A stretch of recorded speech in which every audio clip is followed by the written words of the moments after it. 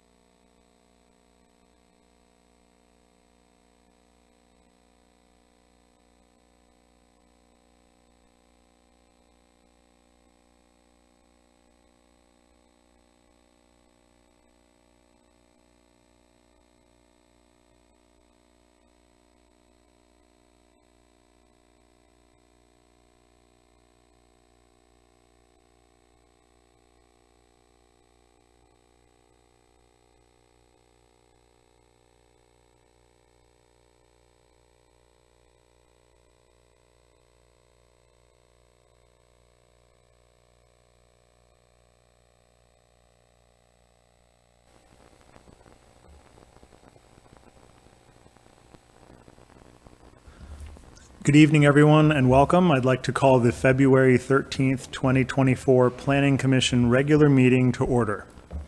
The Planning Commission is holding hybrid meetings. Members of the public can attend the meeting in person or observe the meeting on Zoom online by visiting www.cityofarcata.org and following the live meetings link at the bottom of the city's homepage or on the city's YouTube channel. If you're attending remotely, please be aware that the Zoom feed provides the closest to real-time stream. If you rely on the other feeds and you wish to make comments, please be aware of the time lag on those feeds. The first item on our agenda is the land acknowledgement. The City of Arcata acknowledges that the lands we are located on are the unceded ancestral lands of the Wiyot tribe. The land that Arcata rests on is known in the Wiyot language as Gudene, meaning over in the woods or among the redwoods. Past actions by local, state, and federal governments removed the Wiyot and other indigenous peoples from the land and threatened to destroy their cultural practices. The City of Arcata acknowledges the Wiyot community, their elders both past and present, as well as future generations. This acknowledgement seeks to aid in dismantling the legacy narratives of settler colonialism. Next is roll call. Staff, will you please call roll? Commissioner Strickland? Here. Commissioner Simmons?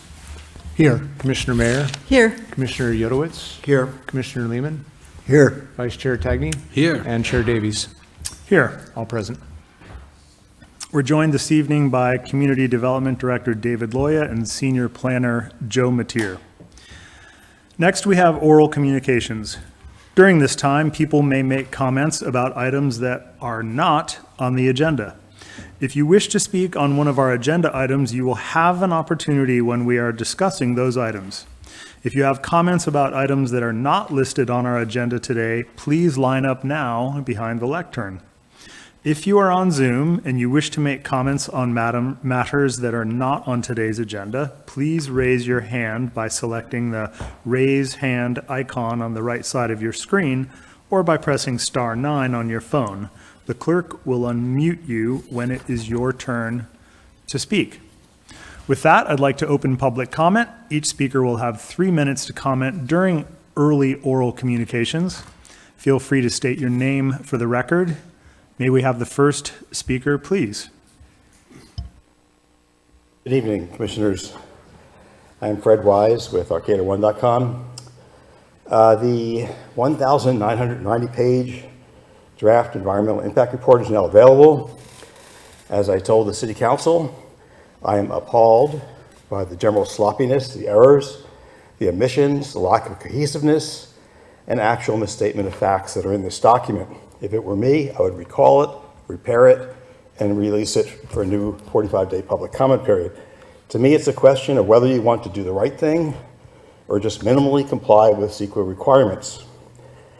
As some examples, this draft EIR has a table of contents with 40 entries. This is entirely insufficient. By contrast, your general plan, which is 295 pages, has 151 items in the table of contents. So the draft EIR table of contents is essentially useless. I've made an annotated, extended table of contents for the AR that has over 700 entries. It's available on arcata1.com/PC. It enables you to scan it and see exactly what's in the draft EIR and find things that you're looking for. In this draft EIR, the environmental analysis and historic resource analysis cover only the gateway area, don't cover the entire city. The noise study is based on data that was collected 27 years ago and never updated. The noise study shows excess traffic noise in parts of Arcata, but does not make any conclusions. The suggested mitigation is, and I am quoting, central air conditioning systems will be required to allow occupants to close their windows to achieve acceptable indoor noise levels, end quote. That is on page 1949 of a 1990-page document. The new draft gateway code, form-based code, is also here. We're not supplied with track changes on this. I've evaluated, it appears there is absolutely no change from the September 2023 version. The same typos are there. The same odd greenway map is there. There are no improved graphics, and very importantly, there's no mention of the L Street Linear Park. There is one big addition. We have 3D images of a potential build-out of the gateway area. We've been waiting 2 years for this. It's available on arcata1.com/PC. There's also pages from the draft EIR that show a 3D image of the gateway area that is absolutely ridiculous. It's an illustrative plan. It shows 1,500 dwelling units, and you'll be happy to hear 2,625 parking spaces in the gateway area. In other words, it's useless. Thanks very much. There's more, but this is 3 minutes. Thanks. Thanks for your comments, Fred. And Chair, just as a point of order, it appears that that comment may have been related to an item on the agenda. If you wish to allow those, just pointing it out. Thank you. Gregory, Okay. Welcome. For the last 2 years, I have been communicating with, well, not all of you because you weren't here 2 years ago, but about the noise element in the city of Arcata from the standpoint of no action whatsoever with vehicles that go out of their way to make themselves as loud as possible, setting off alarms in neighborhoods, all hours of night, 1, 2, 3 a.m. in the morning. And what has the city done with all these letters that I've written to you? I got promises like early on in the scoping period that we were actually going to do a noise study so that you could tell me I'm wrong, but you didn't do that because you basically promised it, but then it was like, well, Plan West isn't going to allow this. So I go over to Plan West and they say, what are they talking about? They're the ones that tell us what to do. So I'm just adding on a little bit that the last time you did a noise study was 1997, which you don't even have any data on exactly what was going on primary streets such as H Street. So, what is the problem with this city that the most basic thing they can't even do? It's like, I addressed a lot of questions and nothing is being answered. Nothing is being done. There's no effort whatsoever. Apparently you can spend quite a bit of money, I'm not saying you guys, on all these banners that for Cal Poly that it wasn't paid by Cal Poly, but it was paid for the city. I think it was Fred was there, I wasn't at that meeting, $40,000 are gonna paint the intersections where basically, I think we have the worst in the state as far as people being hit by cars and on bicycles, and you're going to actually paint the intersections a color that doesn't stand out. It's just like shocking how there's all this data. I've been reading quite a bit of it in the New York Times about why does the U.S. stand out all the Western nations, Europe, Canada, Australia. Why are so many people dying or being hit by cars? And it's like silence from the city. It's like, I send this stuff out to you. I've given up send it out to you because there's no results whatsoever. It's just like talking to, I don't know, it's like I'm the sweeter, kinder version of Mother Russia or something. You don't throw us into jail, but it's like you actually do nothing. It's like just, I don't even think you really want to hear from the public, to tell you the truth. But that's my example of one thing from the EIR that was a total failure. And, you know, I'd like for someone to explain why you don't think you need to do that. Thank you. Thanks for your comments. Do we have any commenters waiting online, David? We don't. Okay. Thank you for your comments. We, as always, appreciate your participation and input. We will now move to item 3, which is our consent calendar. The commission considers all items on the consent calendar routine and enacts them in one motion. Commissioners or members of the public can request that an item be removed for separate discussion. The only item on our consent calendar is item A, approve Planning Commission minutes from our regular meeting, January 23rd, 2024. Do any planning commissioners wish to pull the consent item, or does anyone else wish to pull the item? Okay. Is there a motion to approve the consent calendar? I move to approve the consent calendar. We have a motion. Do we have a second? We have a motion and a second. All in favor? Aye. Aye. Motion passes. We have one public hearing this evening, and that is to consider a design review permit at 887 and 893 H Street for proposed scissor gates. Prior to opening this public hearing, I understand that we do have some ex parte disclosures and other comments commissioners may wish to make. Who would like to go first? Go ahead, Joel. I have a business and a residence approximately 500 feet from the subject property of this application, and although I don't think I have a legally cognizable conflict of interest, I think the prudent course and the most conservative course would be for me to recuse myself from this matter. Okay. Thanks, Joel. You can head back with Dylan, and we will let you know when we're done so you can rejoin us. Peter, go ahead. I would like to report ex parte communications. I talked with Vice Chair Dan Tagney about this issue and got his opinion as a longtime commissioner about how this would affect the city. And I also talked to Alex Stoneman, the owner of the building, to get her view of this issue and to understand her role as the owner and the landlord for that business there. So that's it. Okay. Appreciate that. Peter, is there anyone else who has any ex parte comments or to share for this item? Seeing none, then thank you. We will begin with a staff report, please. Good evening. My name is Joe Mateer, Senior Planner with the City of Arcata Community Development Department. I'm the sign planner for this project that we have before you this evening. It is a design review project because there is an exterior alteration to a property that's located in the Arcata Plaza Historic District. Before you, the staff recommends that the Planning Commission consider the design review approval. There's an action that you'll find that is a part of Attachment A. It has findings. The action includes the findings of approval, Exhibit 1 of Attachment A, and also the conditions of approval.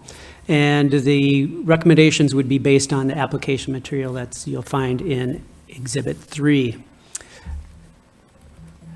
The project is located in the southwest corner of the intersection of 9th Street and H.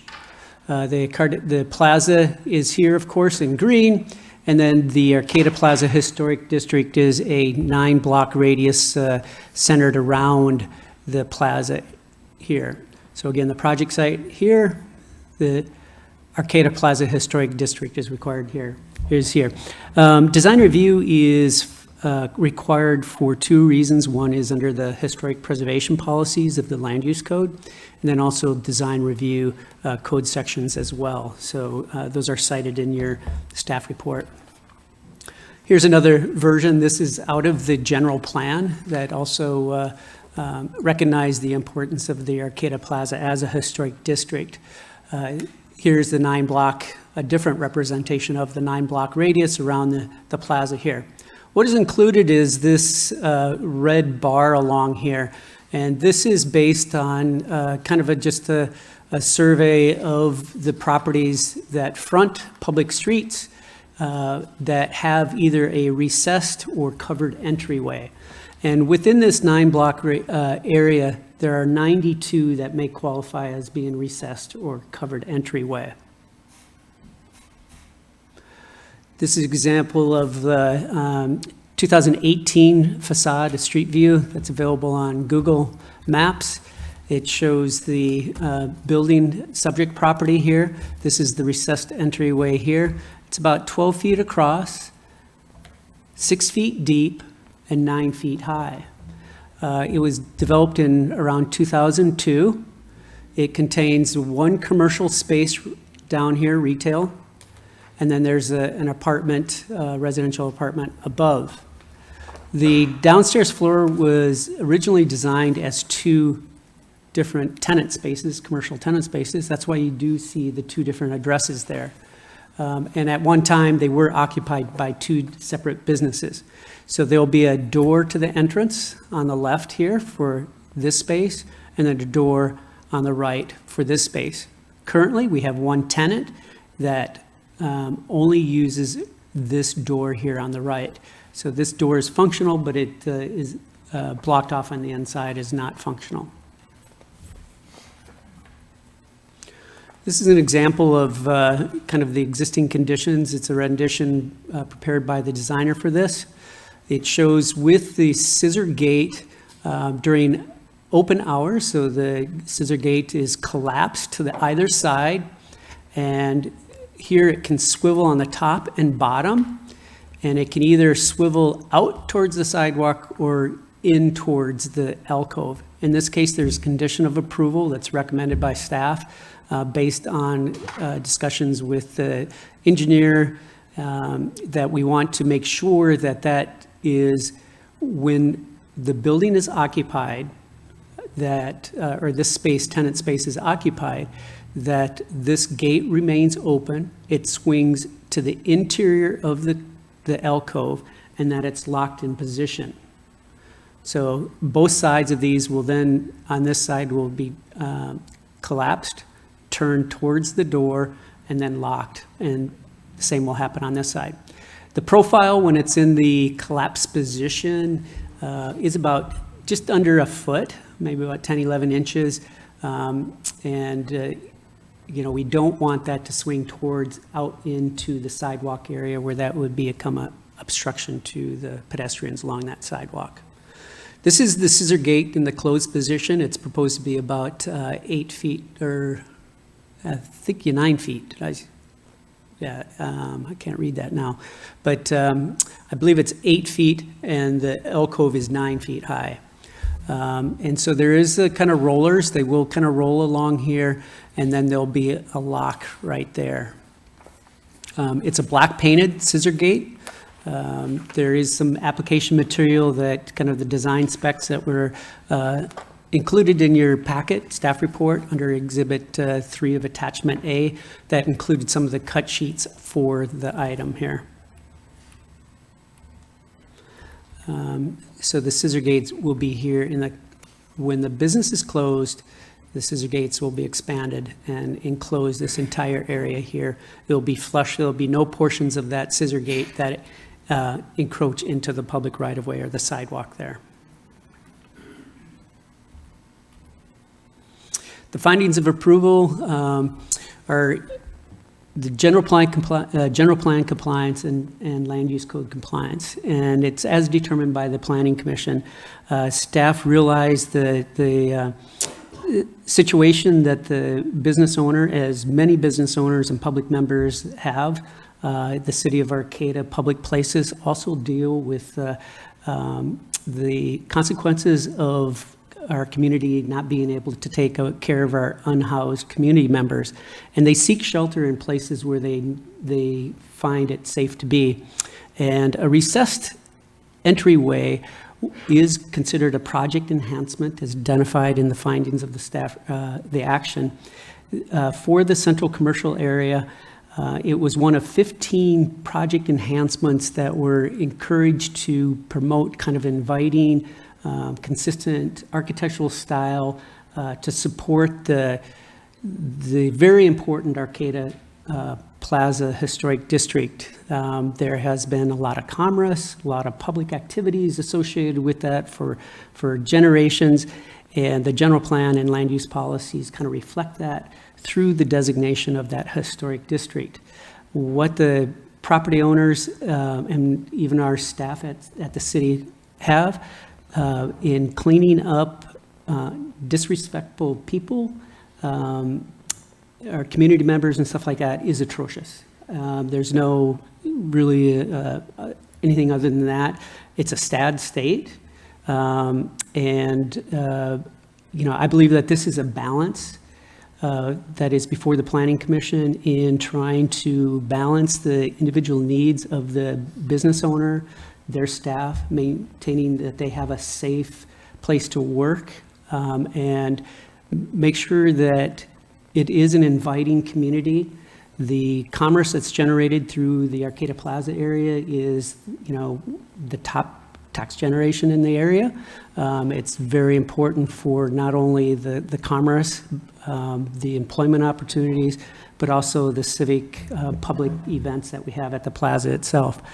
The general plan and the land use code do not have any standards for how we address security in the area, such as scissor gates and designs and things like that.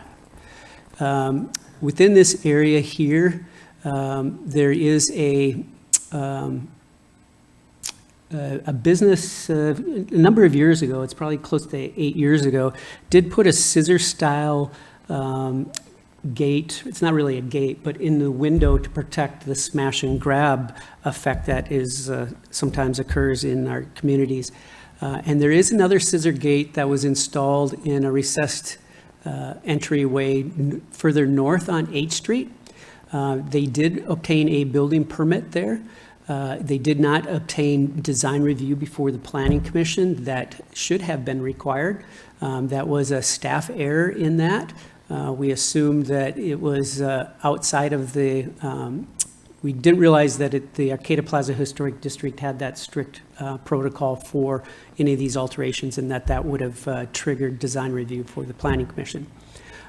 So, staff is a little bit concerned about the precedent it's going to set towards the, it's speculative to really see what the effect of this is going to be. There's, what is the solution and answer? There's a lot of problems out there, and this addresses the immediate need to protect that space from being impacted by disrespectful community members that don't respect that space and what the property owner and business owner and their staff and community members, as just as somebody walking by, what they see. This business is not unusual to any other ones that we see in our community. The Valley West area, different parts of towns are affected by it. Other communities in our county are affected by that, statewide, national-wise. It's, kind of really a sad state of affair where humanity is not taking care of those unhoused people and finding really what they need, if it's drug addiction or social things. What we have before you is a design review. And does this project meet the findings as required through the design review policies established in the land use code and the general plan? And so we've tried to create that findings of approval that would allow the Planning Commission to review and understand. If you decide that the scissor gate is the design that you can support, you could just make a motion to approve, and we would do all the affirmative, yes, it does, it is compatible, that type of thing. Or you could go through item by item if you want. There is one condition of approval that we did add, and that is to address kind of the concerns of the fire department and the building officials to make sure that, one, that the gate, when it's in the open position, is turned inside so it doesn't encroach out into the public right-of-way, and that it's locked as well. We want to ensure that anybody inside the building, once it's occupied, any staff or public members inside the building, that gate is open, just in case there's an emergency, they try to get out and they're not trapped behind that security gate there itself. I did want to point out with the environmental findings, staff, and the staff report does recommend that the Planning Commission consider the categorical exemption class 1 for existing facilities. There are some parameters where categorical exemption could not be used. And so the staff report does include some discussion about that. We find that it's kind of speculative to determine, is there going to be a cumulative impact on the historic district if we see a continuation, if the 92 buildings decide to put in roll-up doors, scissor gates in the windows, start blockading, with plywood construction, let's say, in windows and stuff like that. So we could see some impact on that. We think that, our recommendation is to support if the Planning Commission wishes to support the environmental exemption there as being exempt from California Environmental Quality Act. And I would be happy to answer any questions the Planning Commission may have, and I'll turn it over to the director. It looks like he has some things closing statements. Yeah, thank you, Joe. That was a good staff report that outlined the issues. I just wanted to reinforce the idea that this is a business that's been on the plaza since early 2000s. This is an issue that's been growing, and certainly over the last couple of years has really, become a significant challenge for many of the businesses.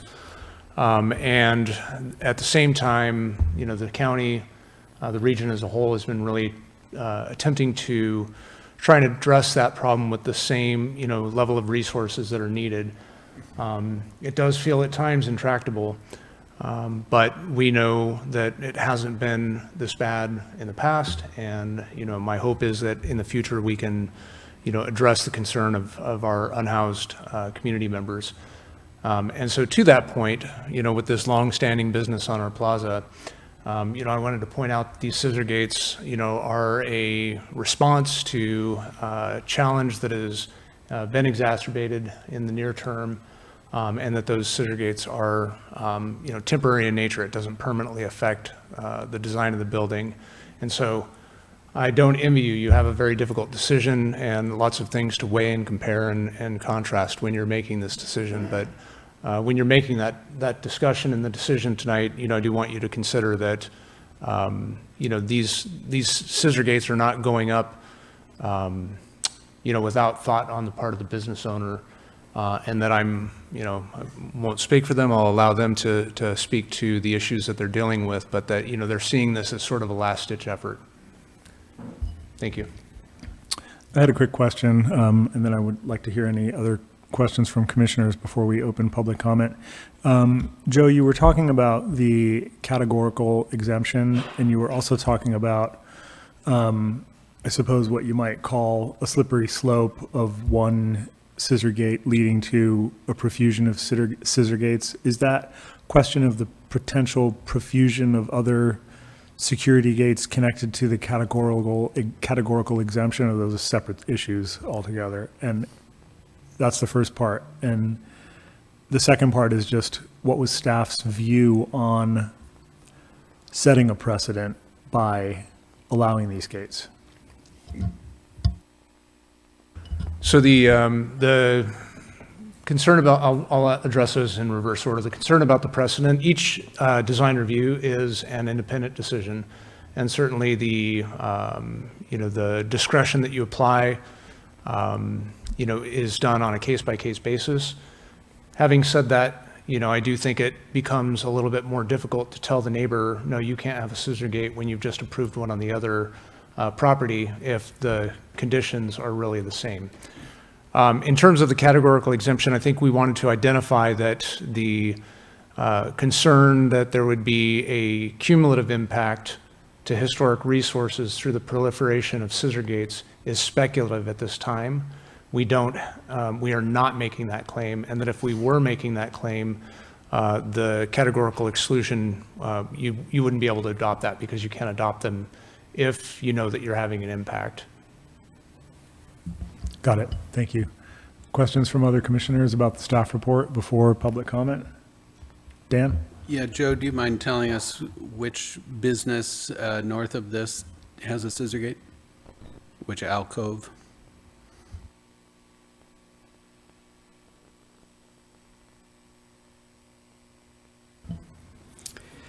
Yes, it's this one here. There's a series of businesses. I believe it's a haberdashery right now. It was portion of the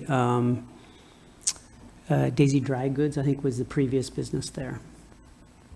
Thank you.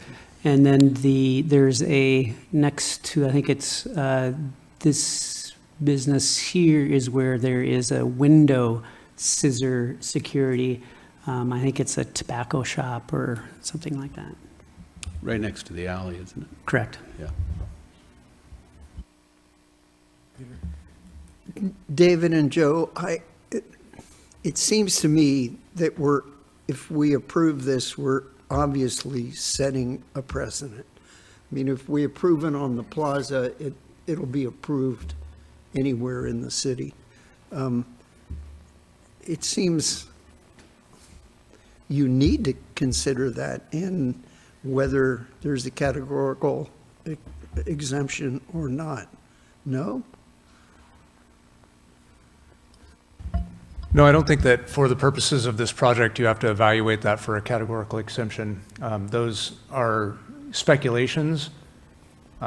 We have no knowledge that there's, or evidence that there's a, pending proliferation of scissor gates.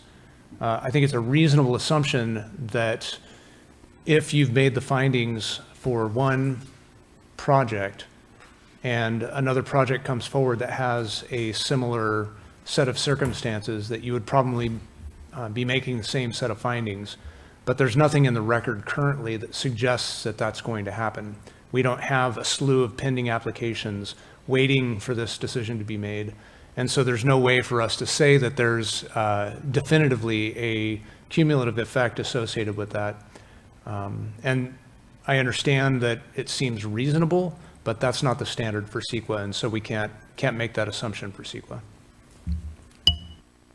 Go ahead, Judith. Hi, thanks very much. I really appreciate the map that you included of the other locations for covered entryways in the historic district. And what I wanted to ask is sort of pinned on to that cumulative impact type of thing.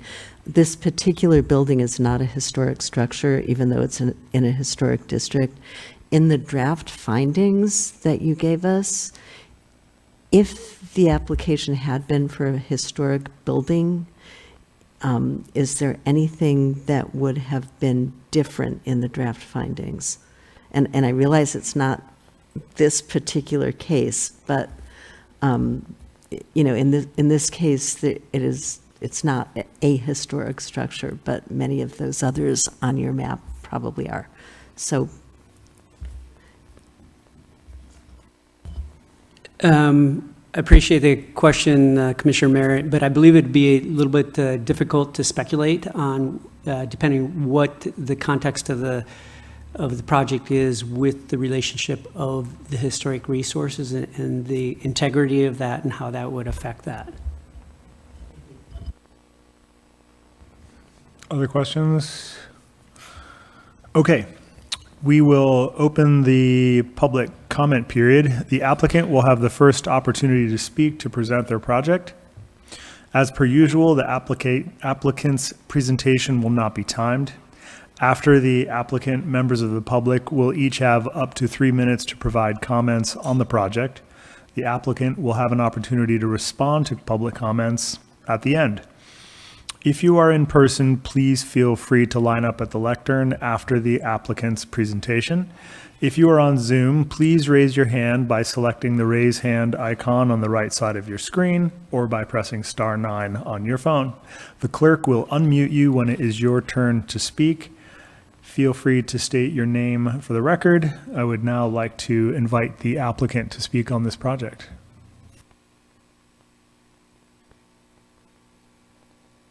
My name is Kelly Carlin. I'm here to talk to you about, as you know, obviously, the gate proposal for Caravan and Dreams at 893 H Street.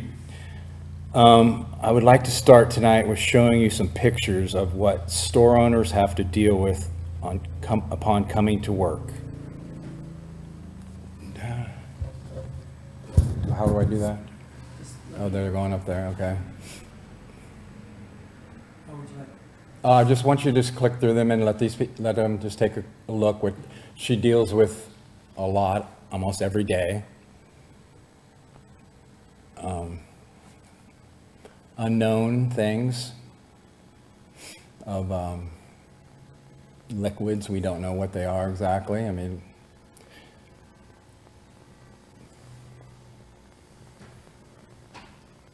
people have a tendency to set up there. As soon as the store closes, it'll be light out, and they'll set up there like to find, because it is one of the, in my opinion, one of the better spots to set up. So they kind of like somebody's waiting. As soon as that door's shut, people are there. I mean, at 4 o'clock in the afternoon, I've seen it happen. All right, thank you, Joe. All right, the Arcata Plaza has always been an important focal point to locals and tourists alike. When people come to town, where do they go? They go to the plaza. Over the last 10 years, the dynamics downtown has changed.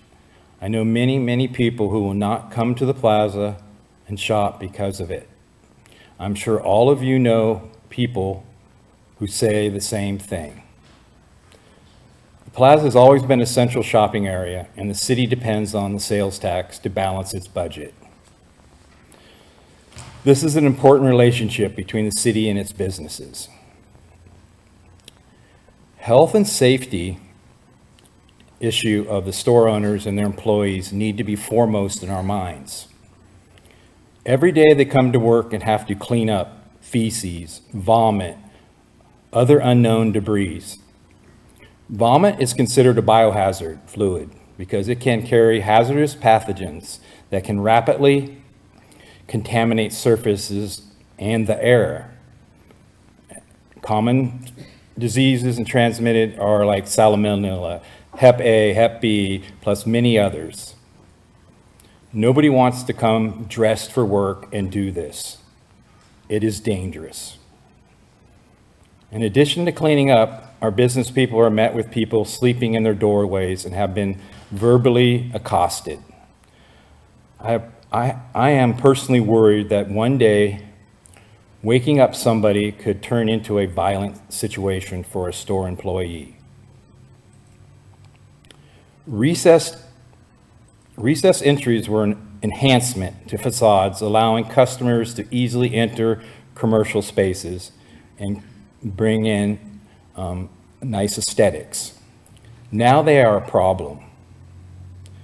The proposal for this black scissor gate, which is easily installed and easily removed.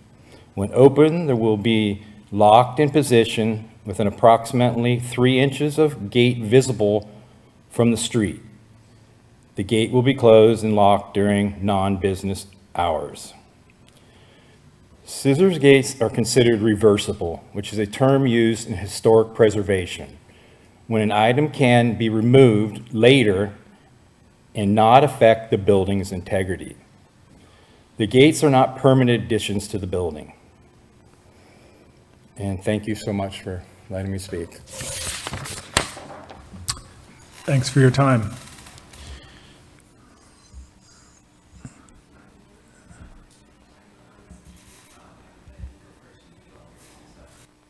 Put everybody together.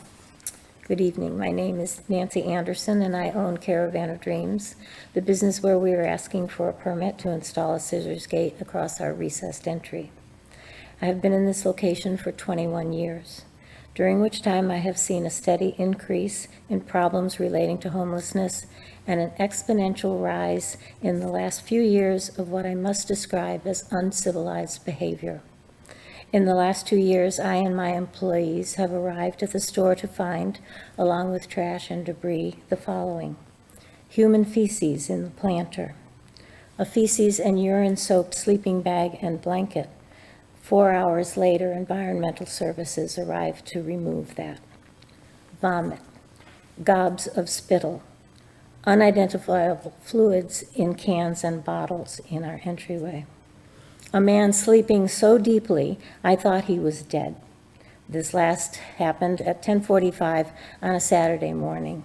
Police assistance was required to move him. I cannot be at my store at night. A police no trespassing order is only marginally effective. The trash and bodily excretions must be removed to prevent them from being tracked into the store and creating a further hazard. My employees' health and safety is at risk in these situations, never mind the impact on my business. I understand your concern that a gate might not be optimal from a design standpoint, but you cannot allow aesthetics to take precedence over health and safety, not only of my staff, but of the general public. And we find it hard to believe that residents and visitors would find trash and vomit more attractive than a gate.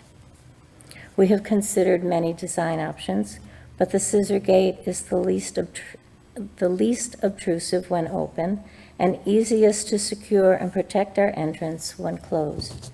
I hope you will approve it so that we can move forward and be spared further dangerous scenarios.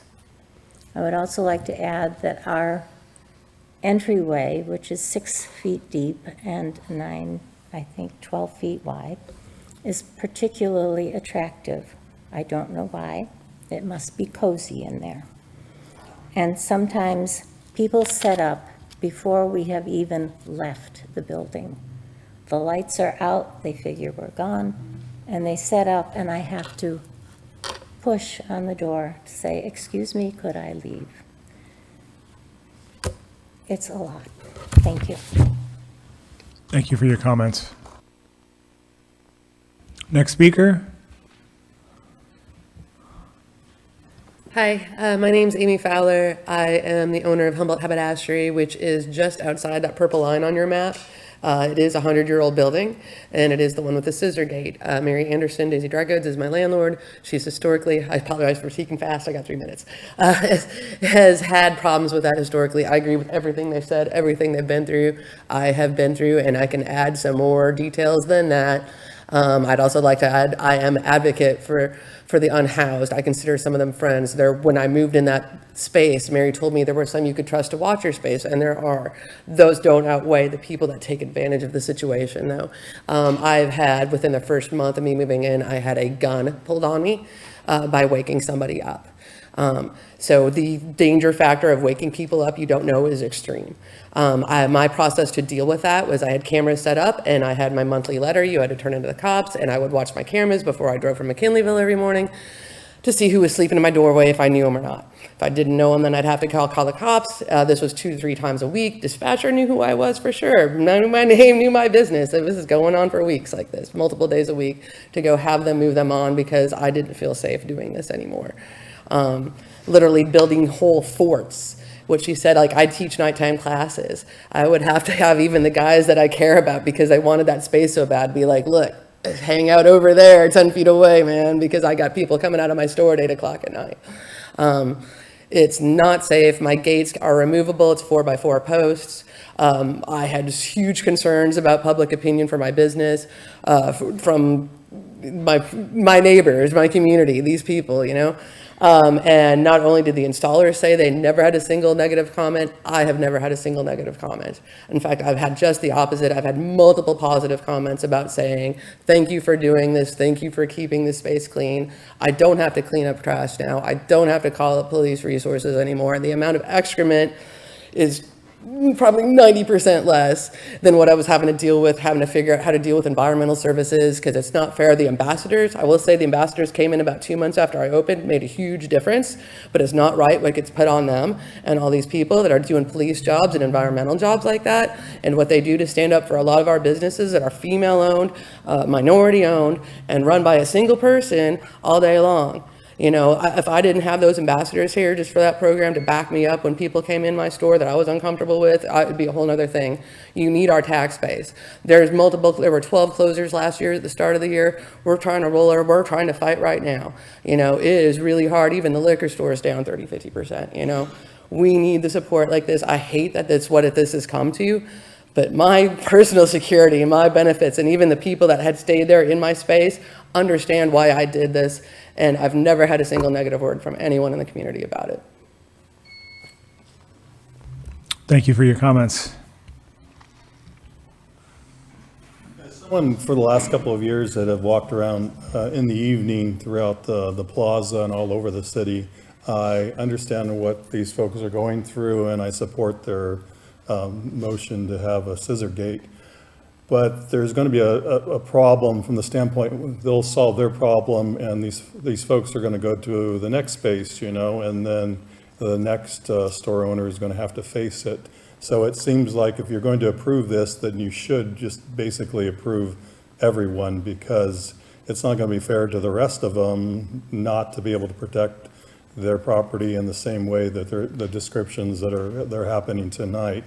And I mean, it is pretty shocking. And I'd also say that I read an article that the city of Eureka and I think McKinleyville, but I think Eureka got an award for this, but there seems to be grant money available, and I heard that Arcata had not applied for it, but there's grant money to also deal with the homeless on the plaza. So I would highly recommend you look into that, because you know, the gates are just basically, you know, forcing it down to the next business, and it's not really quite solving the problem, but you know, it seems to be quite a process for someone to come here and get permission to do that. My guess is that the reason why you don't have more businesses coming in front of you is just they seem to be, a lot of them, limping along, barely surviving, and maybe they don't even have the resources or the knowledge to go through the process.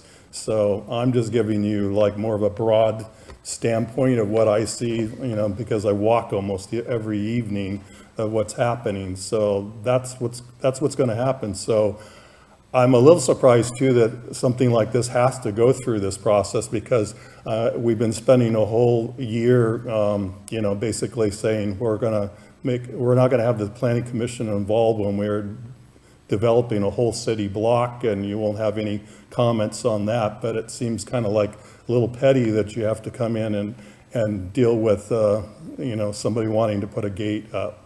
I would also note, you know, a great place for homeless to hang out on the plaza that doesn't seem to have attraction is Cal Poly's store. And I'll give you a little insight probably why they're not hanging out there, because you can almost see on the hour that someone from the campus is driving over, either the police or non-police vehicles from the campus, to check out their property to make sure there's no homeless at all at Cal Poly's property. So I guess if you have the money and the resources, you can keep them away. Thank you for your comments. Hello, everyone. My name is Colleen Hole, and I'm here representing Arcata Artisans Cooperative, which is right next door to Nancy's place. And amongst us, we have 24 artists that are part of this cooperative, and we work 4 or 5 days a month. So each of us is not impacted as incredibly, as heavily as Nancy's place or other places, and I grant that. We've talked about putting planters, we've talked about spikes coming up out of the ground at night. I mean, all these really ridiculous ways to handle the issue of having people sleeping in front of your door, leaving whatever they leave on a regular basis every day when you come to work. So on my little napkin that I wrote down here, I think about the aesthetics of having a literal gated communities where we have stores that are jailed because of the people that are on the plaza and misbehaving. I don't know what can be done about that. Obviously, people have been trying for a long time. Nothing's been very effective. The responsibility of the city of Arcata and the APD, their responsibility for the protection of life and property, and I believe that this falls under their purview, is to protecting property, because one of these days, all these windows are going to get smashed because somebody's going to be upset because there's a gate in front of where they want to sleep. I don't know what the repercussions are going to be, but I don't think they're going to be lovely. Financially, has already been spoken about. The plaza is absolutely the monetary generator of taxes for this wonderful town. And to have them leave, which they've had to, COVID, of course, had a huge impact, and then we had to close some bars because of their impact. And now it's places where, as everyone has said, everyone has seen, I don't want to go there because there's somebody yelling profanities out on the plaza that nobody stops. I can hear them in the store with music on. They're across the plaza, and they're just, it's just an F-bomb party. It's really rather crazy. So the financial impact is there, the aesthetics, the responsibilities. And my personal proposal is to have the city of Arcata hire a steam cleaning company that would come through, alert anyone at, let's say, 6 or 7 o'clock in the morning, give them 10 minutes before someone comes through, and we wash the sidewalks and take care and steam clean all those areas every day, every other day, to make it a very unpleasant place to try to sleep. I don't know where else these people are going to go. I have no answer to that. If I did, I'd be a millionaire because everybody would love me. So that's what I have to say. I think the aesthetics, responsibilities, financial, and my proposal are valid. Thank you very much. Thank you for your comments. Next speaker? Can I twice? I don't know, it'd be really quick. No, sorry. Does anyone else here in chambers want to make comments on this item? Do we have anyone waiting online, David? Okay. Well, I'd like to thank everyone for coming and participating. Appreciate everybody's comments here. I'd like to bring this discussion back to the commission. Does anyone wish to ask questions, statements? Go ahead, Peter. I have a question for the owners. You said the gate would be open during store hours and closed otherwise. Is that right? So I'm trying to ascertain the hours the gate would be open and closed. Well, the gate would be open and fixed in place during business hours, and the gate would be up as soon as they close. So, for example, are you open on Sunday? Yes. Yeah, so, if, I'm wondering if there are events on the plaza when you're closed, could the gate be open then? Why?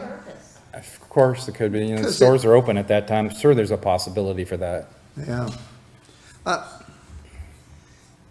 Because it looks better. it's more inviting. I mean, At night, when the store is closed? yeah, yeah.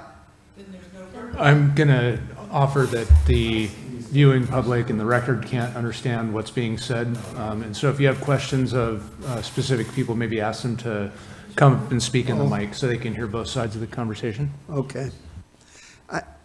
I'm just imagining times when the store is closed and it would be good for the gate to be open. I understand that you need the gate closed, but I think there would be public times when it would be more inviting to have the gate open. She said she's open 7 days a week, and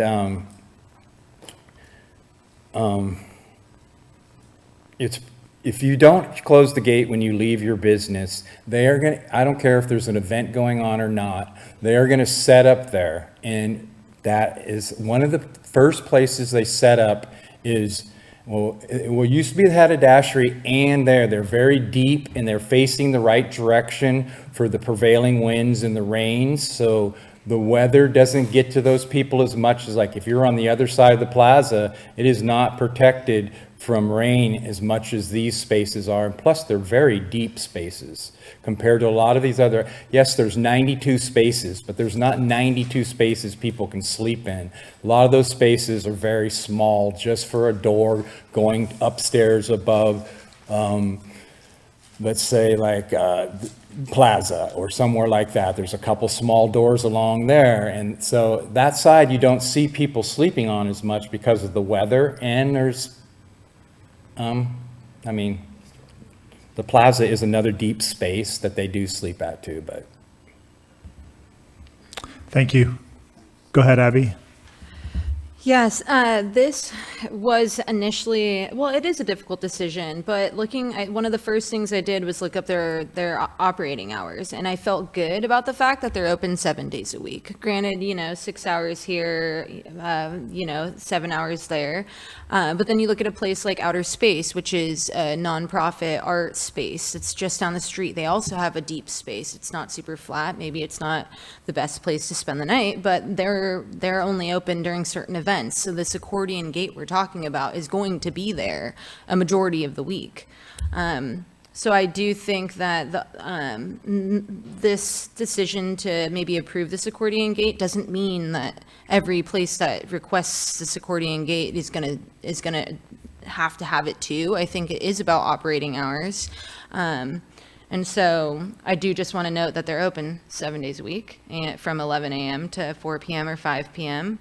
And I think we should take that into consideration. And yeah, so I just wanted to bring that to everyone's attention if you didn't know what their operating hours were. Thanks, Abby. I'd like to reflect on that same point. Go ahead, Dan. I think it's an excellent one. I think it's similar to what Peter is bringing up. If this does happen to, many entryways around the plaza, which we all can see the benefit to these scissor gates. And yes, people will move down to the next alcove. I agree with that. Although those are the two best. I totally agree with those. If stores, what you brought up, the outer space is a perfect one. If these gates are just closed most of the time, that affects stores right next door for sure. I mean, this is a design review issue that affects the neighborhood, not just the store. I get that they fold back during business hours. That's great. So there are conditions. There's things that we could perhaps consider layering into this. This store being open 7 days a week really helps. The evening, I would rather walk, I think, by a scissor gate than walk by some of the parties and messes that I've walked by over the years downtown. So I get that the evening thing, the scissor gate is probably better than what happens in those alcoves. But if it's during the day, it could be Saturday, and some stores aren't open on Saturday, and you're walking past 2 or 3 closed scissor gates just to get to the one store, it sets a bad vibe. It doesn't feel like a very nice plaza. So if we could store around something that staff supports, that that's realistic to property owners. I don't know what that means for who owns the building that the outer space is. Do they have to come down and unlock it even though there's no business open that day? I don't know. I don't know how that plays out. But I am uncomfortable with thinking about scissor gates being open during daylight hours and affecting the whole neighborhood. Thanks, Dan. Judith? I'm listening on this one because I'm seeing both sides of it, and I think for me the bottom line is we have a humanitarian tragedy of homelessness in our community, but I also don't see that the individual workers and property owners of businesses on the plaza should be required to put themselves at risk in order to address it. One of the things that is important to me, if we are acknowledging that approving one scissors gate will probably lead to applications for other scissors gates, is to actually consider, not tonight, but on a different day, perhaps adopting standards for those entryway enclosures into our design code for the plaza at some point in the future. Many cities with historic downtown areas and homelessness concerns have done exactly that. There are excellent guidelines from organizations aiming at historic preservation and considering humanitarian concerns as well. In this particular case, there is a condition of approval that also allows, in the draft conditions of approval, for staff to approve minor modifications of the project. I would assume that in this case, in this relatively new building that's only 22 years old, if the owner who took such care with every minute detail of design should at some future time decide that a not super attractive scissors gate doesn't do justice to the plaza or the business, that staff would actually be able to approve a more attractive one. But I would actually recommend that the commission does approve this particular gate without going too far with bringing in extraneous details.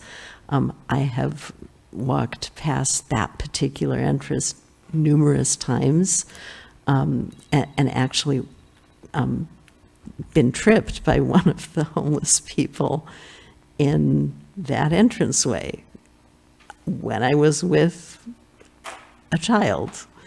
I'm kind of getting it. But I do think that if we opt to approve this project, we should acknowledge that there will be others coming in the future and that we may need to address design standards for that area at some point in the future, and recommend that we do that. Go ahead, Matt.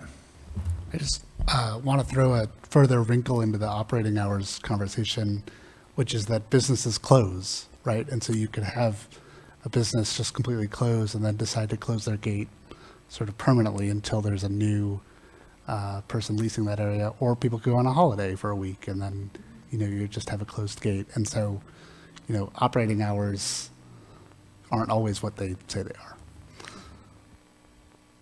Yeah, I think any of us who have lived here understand the frustration of the homeless situation on the plaza, the unhoused people, and the impacts on businesses.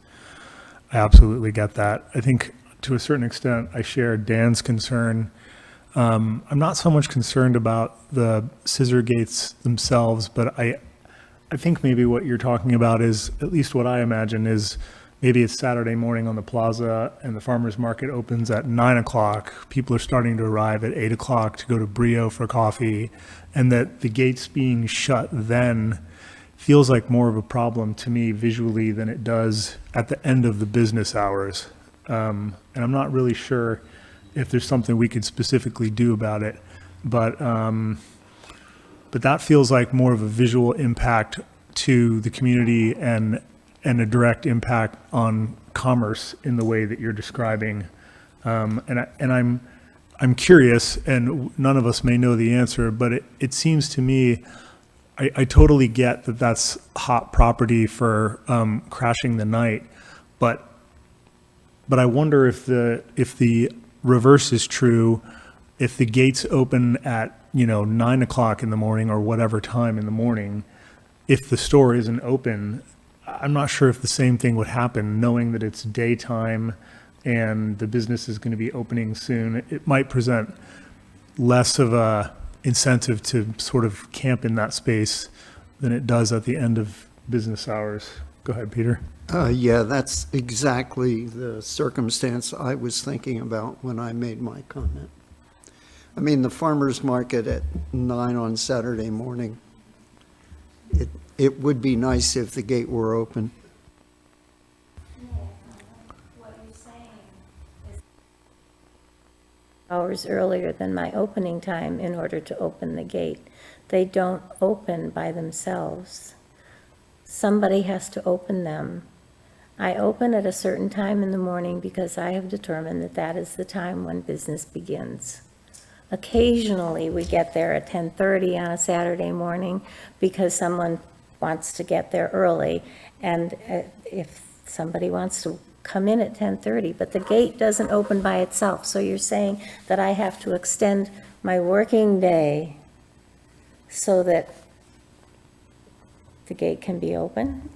Can I ask you a question? Yes, please. How would you feel if you were a business in your building or another, somewhere around the plaza, and there were scissor gates on both sides of you, and you were open every Saturday, and they stopped opening on Saturdays, and maybe they weren't even open on Fridays anymore, and their gates were always closed, and sometimes maybe some trash got thrown over the gates, and it just kind of hung out there for a few days while you were opening, and people were walking by that. I mean, would that present itself as an issue or a concern to you?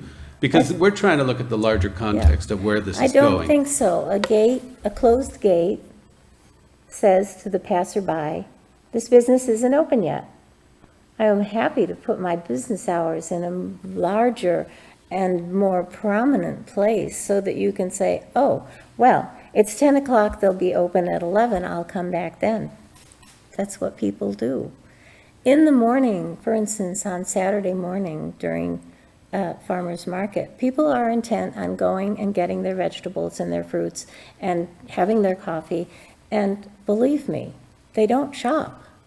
They're not looking for stores to be open that early. They're busy on the plaza. The same is true when there are events on the plaza. They're busy going to the party. They are not coming to the stores. I know, I've tracked it. Is it worth it to be open longer hours during Fairy Festival or even during Oyster Festival? 10,000 people on the plaza. We shorten our hours because by 3 o'clock, they're all too drunk to allow into the store. Is our business greater because there are 10,000 people on the plaza? No. Business is no better on Oyster Festival Saturday than it is on any other Saturday. Yeah, This is how life works. Yeah, we recognize that. We understand that. And I don't think anyone's suggesting that your business hours should change. I think the general consensus, if I'm listening to other commissioners, is about the visual impact on the plaza community of closed gates when people are doing other business on the plaza. And I'm just trying to think if there's a way that you could have the gates such that it prevents people from spending the night there and captures the bulk of the problem by doing that, but is also perhaps open earlier. I understand there's challenges there logistically. Who does it? How does that work? I'm just trying to talk about ways that we could make this project work. Well, the whole point of the gate is to keep people from sleeping there. And We get that, we get that. that's the idea, to keep them from sleeping, pooping, peeing, vomiting, spitting, all of those things. We get that. The gates add a different atmosphere to the plaza, and that's our concern. Well- It's a design review concern. That's our charge. Right, I understand that part of the problem, but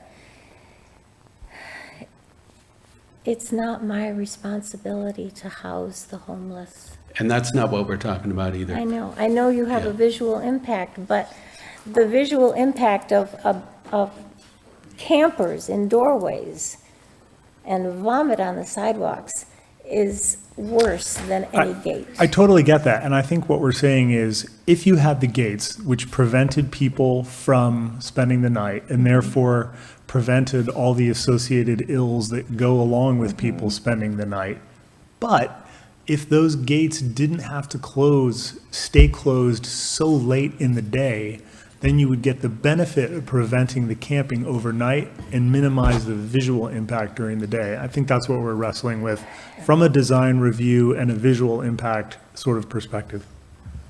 Yeah, and we're trying to imagine where this is going to, and we're sympathetic to your problem, really. I think this is going to be approved when all is said and done.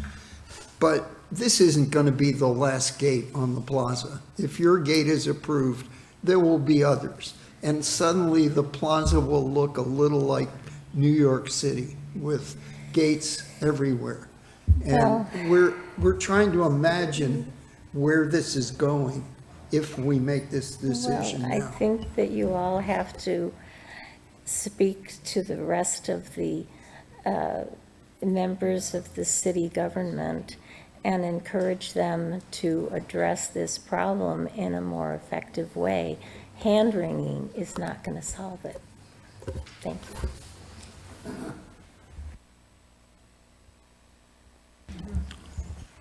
Sorry? Comment is closed, yes, it is. Do any other commissioners have any input on this conversation? Go ahead, Judith. Yeah, my sense is that we're all concerned not so much about this one particular gate proposal, but if all of the neighbors put up gates as well. I know that one thing that some areas have done where they're also concerned about the aesthetics and the invitingness and highlighting, a historic district that we all want to see is once the majority of businesses all have gates up, the business association hires someone to come and unlock the gates of all those businesses. They're not unlocking the front doors of the businesses. They're just opening the gates. And that only obviously is one among many possibilities that becomes feasible when gates become more pervasive. But that plus, if gates become more pervasive, design standards in the future is a solution that I think we might anticipate.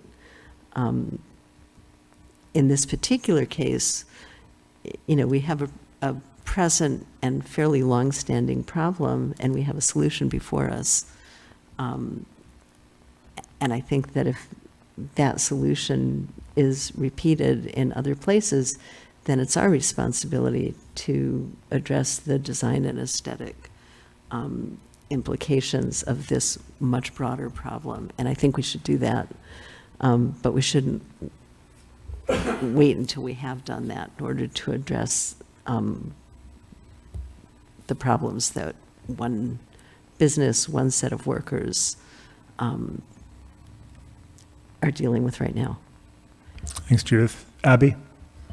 Yeah, I have a question for staff. Is this permit, if we issued this permit, would it be in perpetuity or is there a renewal required? Because maybe we permit this today and then we decide that all of these gates, if should more come before us, aren't the right look for the plaza, or we find another solution. Like, is there the potential for coming back for a renewal or no?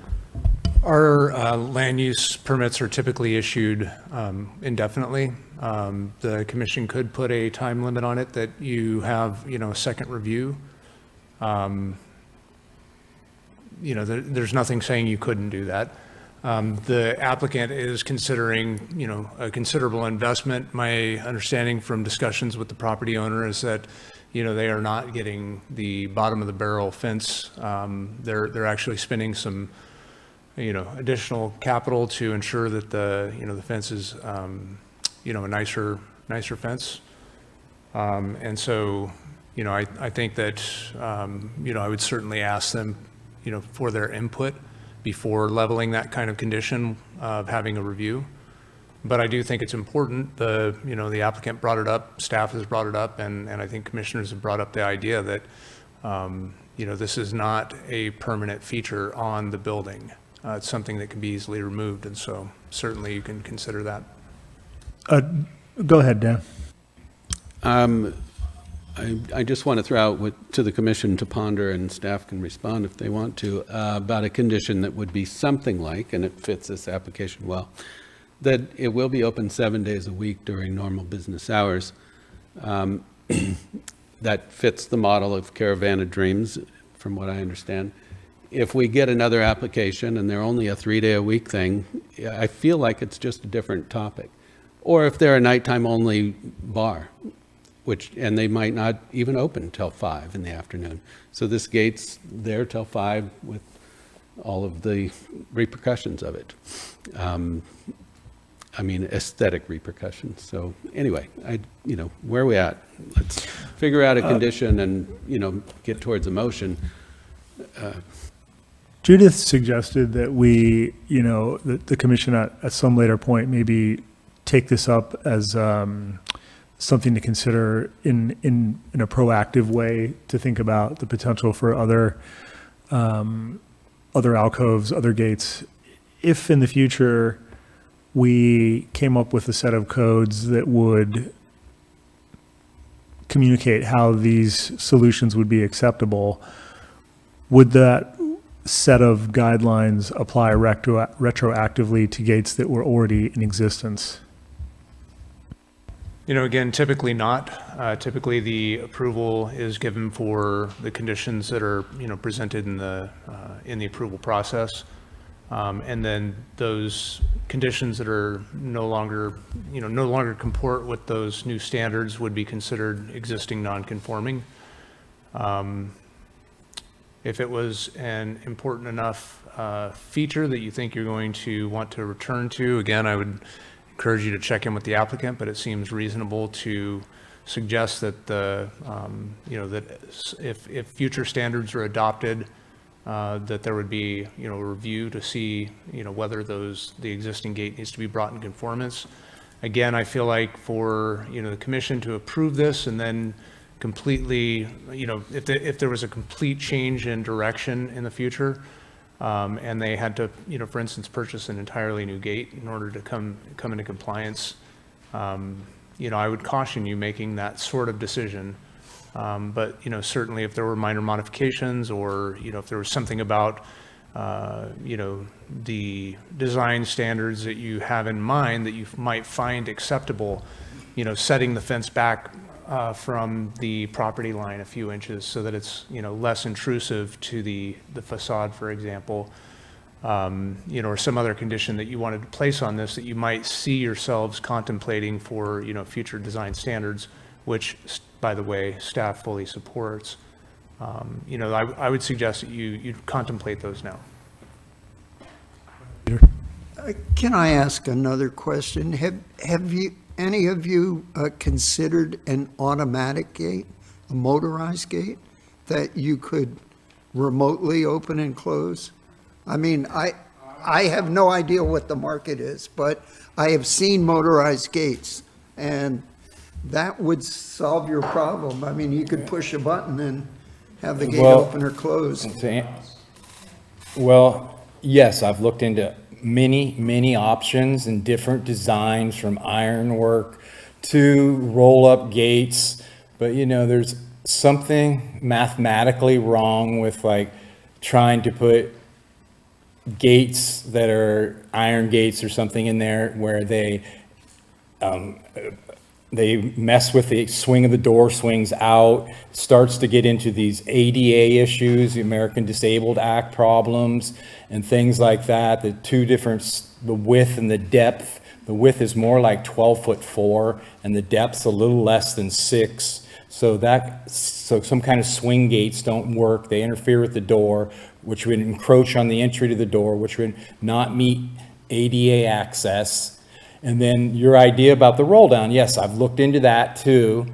Would they, do they have them that you could operate them from your telephone or something? I can't tell you that. I didn't look into something like that. But if it still had a button is a human still going there to open it. So it's a similar thing. I said, we don't know if you can operate them with a phone or not. And then it starts to get very, very expensive. And then there's other design elements. You have this big box that would be up there that needs to be covered or somehow architecturally look right too, probably for you guys, There becomes another design issue, I believe, in my opinion. I think I'm ready to call go ahead, Judith. I just had another thought in response to Dan's point about the opening hours. The neat thing about design review is that we do it on a case-by-case basis. And you could easily make a case, if something like this comes up in the future, for a business that isn't open every day, that it's a different situation. And we could opt to make a different decision in that design review than we are in this, because the situation would be materially different. And so I think that, if we're hesitating because we're envisioning, a domino effect of all of a sudden within the next year, everyone downtown is going to have a gate, that is going to be up to us. And we do have the responsibility to address the individual conditions of each design review we do. And that's why we do design review on a case-by-case basis. Go ahead. I just want to agree with what Judith said, and it's the cumulative impact of all of these gates on the plaza. And right now, I can't say that we have one. This would be the first and the only. And I personally feel like I could survive with approving this gate. I'd like to know how effective it is, and I would also stray away from a condition of it must be open from this time to this time, 7 days a week, because holidays are holidays. And then we are putting it on staff to understand, well, what days are technically a holiday where this gate can be shut all day, and it's a little too much. So that's all I have to say for now, and I think Dan has something to say. I already said this, but operating hours change, and I think it's a little bit weird to approve a design review based off of something as ephemeral as operating hours. And so I think we can all tell ourselves, oh, like this business is open 7 days a week and it always will be. But I don't think that that's how this will work. And then I don't think that's how it'll work for other businesses, right? Like the one that's currently only open at nights might change or whatever. And so I wish that would be a very clean solution, but I just don't think it's realistic. The thing that would make it realistic is that it goes with the property. Businesses do come and go, but the gates would stay. And the property owner owns the gate, and whoever moves in, if there is a condition, I'm not suggesting I have the exact condition, but if there is one, it goes with the property. And if you want to close the gate, you've got to figure it out. I don't know. This is the challenge. I still stick to that. I'm a little uncomfortable with if the next applicant is a 4-day-a-weeker or a bar that doesn't open till 5.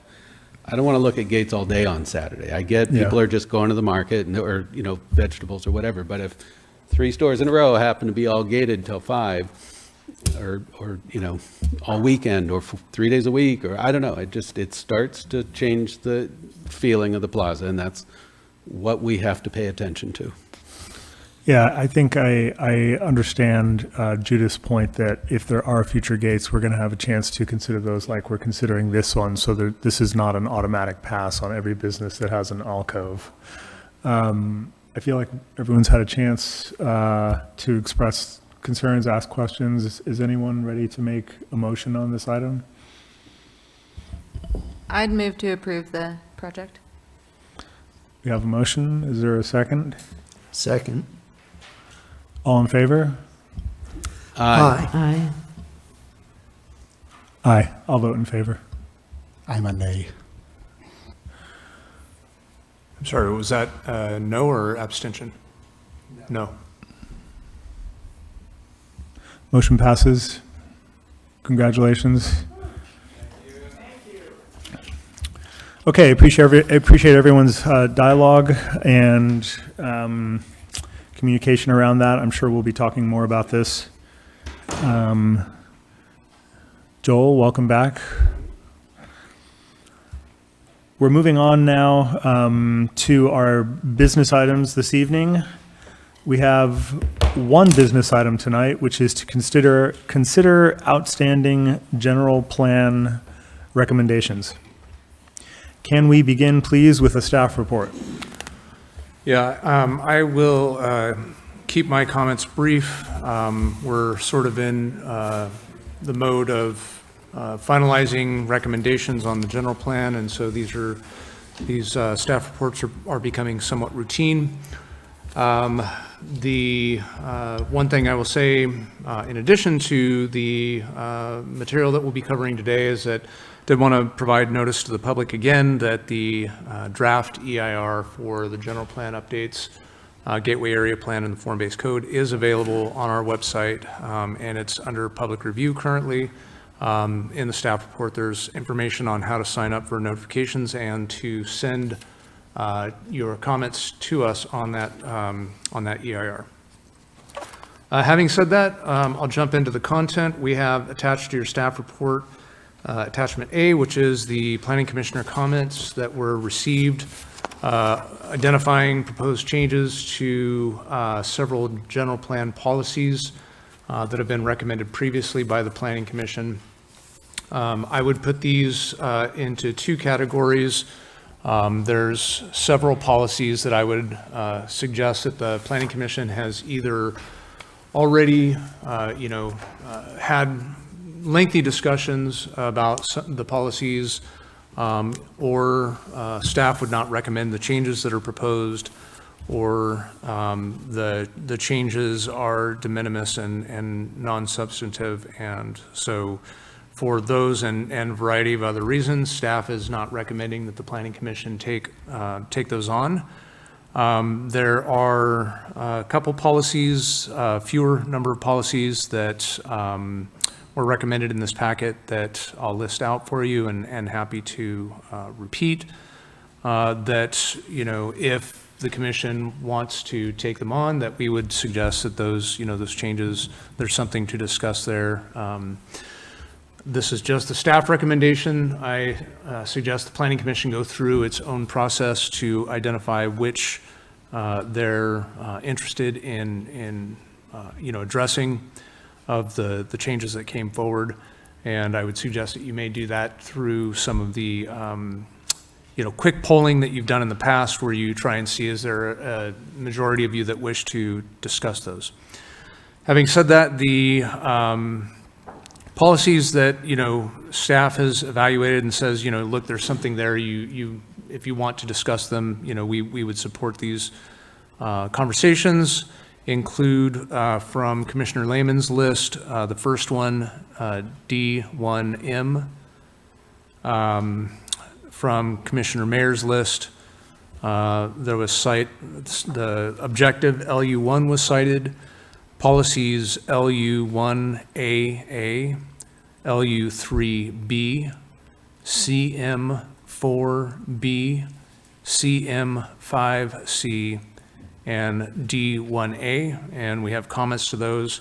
If you do open any of these topics, staff has evaluated each of the proposals that's been made, and we can offer recommendation if the Planning Commission is interested. But again, in order to to address a process that's both efficient and recognizes the commission's time and the public's time, I would suggest that you take those up in a decision process that identifies whether or not you want to discuss them first. Last thing I will offer is that in attachment B, we have the public comment that we received prior to distribution of the packet. And then attachment C includes the updated table of the general plan comments that have been received from a variety of sources. And we can pull up that list if you want to get into any of those decisions as well. Recognizing it's 7 o'clock, I want to stop there and then leave it to any questions that you may have. Okay. Thank you for that staff report, David. It does sound like we have several items enclosed that we may have covered previously in our recommendations and discussions. I understand from the staff report that staff has evaluated and provided comments on items to both Commissioner Lehman, Peter, and Judith's submissions. There are several policies staff recommends reconsidering, and there are several that staff believes have been discussed previously by the commission. So I want to start this evening with this business item by grouping policies to determine if there is interest amongst the commission in discussing them. And I would like to start with the policies recommended for reconsideration. And I would like to see a show of hands for those commissioners who... Excuse me, before we start showing hands, I'm wondering if there's an opportunity for commission members to ask questions or explain an orientation. I mean, my preference is to just check in and see. I don't want to open a discussion without checking in with the rest of the commission and seeing if everyone wants to go into this discussion. Well, what I'd like to do is explain an opportunity to cut the discussion short while allowing for people who've made recommendations to explain them. I think I'd still like to check in first with the commission to see if we want to entertain this discussion before we do there, because I think otherwise it can take a lot of time. So as I was saying, I would like to see a show of hands for commissioners who do not wish to reconsider the policies that staff has identified as being available and recommended, rather, for reconsideration. Do not want to discuss these policies. Yeah, I accept the staff recommendation. So you do not want to. Dan? Yeah, sorry, I just need a little bit more clarity here. I didn't follow all of this. Basically, there's two. The staff is suggesting that the list that they have not given comments in response to are items that we've previously discussed rather thoroughly. Correct. Okay, and you're just trying to separate that out and say, let's tackle the ones that have comments because they are a little more pregnant to the situation now. We haven't. What I'm trying to do is check in with the commission as a whole about both groups of policies. And in starting with the group of policies that staff has recommended for reconsideration, I'm looking for a show of hands for commissioners that do not want to discuss those policies that staff has recommended for reconsideration. I misunderstood. Did everyone catch that? Not seeing show of hands. Say it one more time. So what I'm saying is, if you don't want to discuss the policies that staff has recommended for consideration, raise your hand. and I'm not seeing any, I'm assuming we want to, as a group, discuss those. So at this point, I would like to then hear items that are on that list from Judith and Peter, and a brief explanation or introduction of your sort of elevator pitch for these, and we have staff comments for these as well. Go ahead, Judith.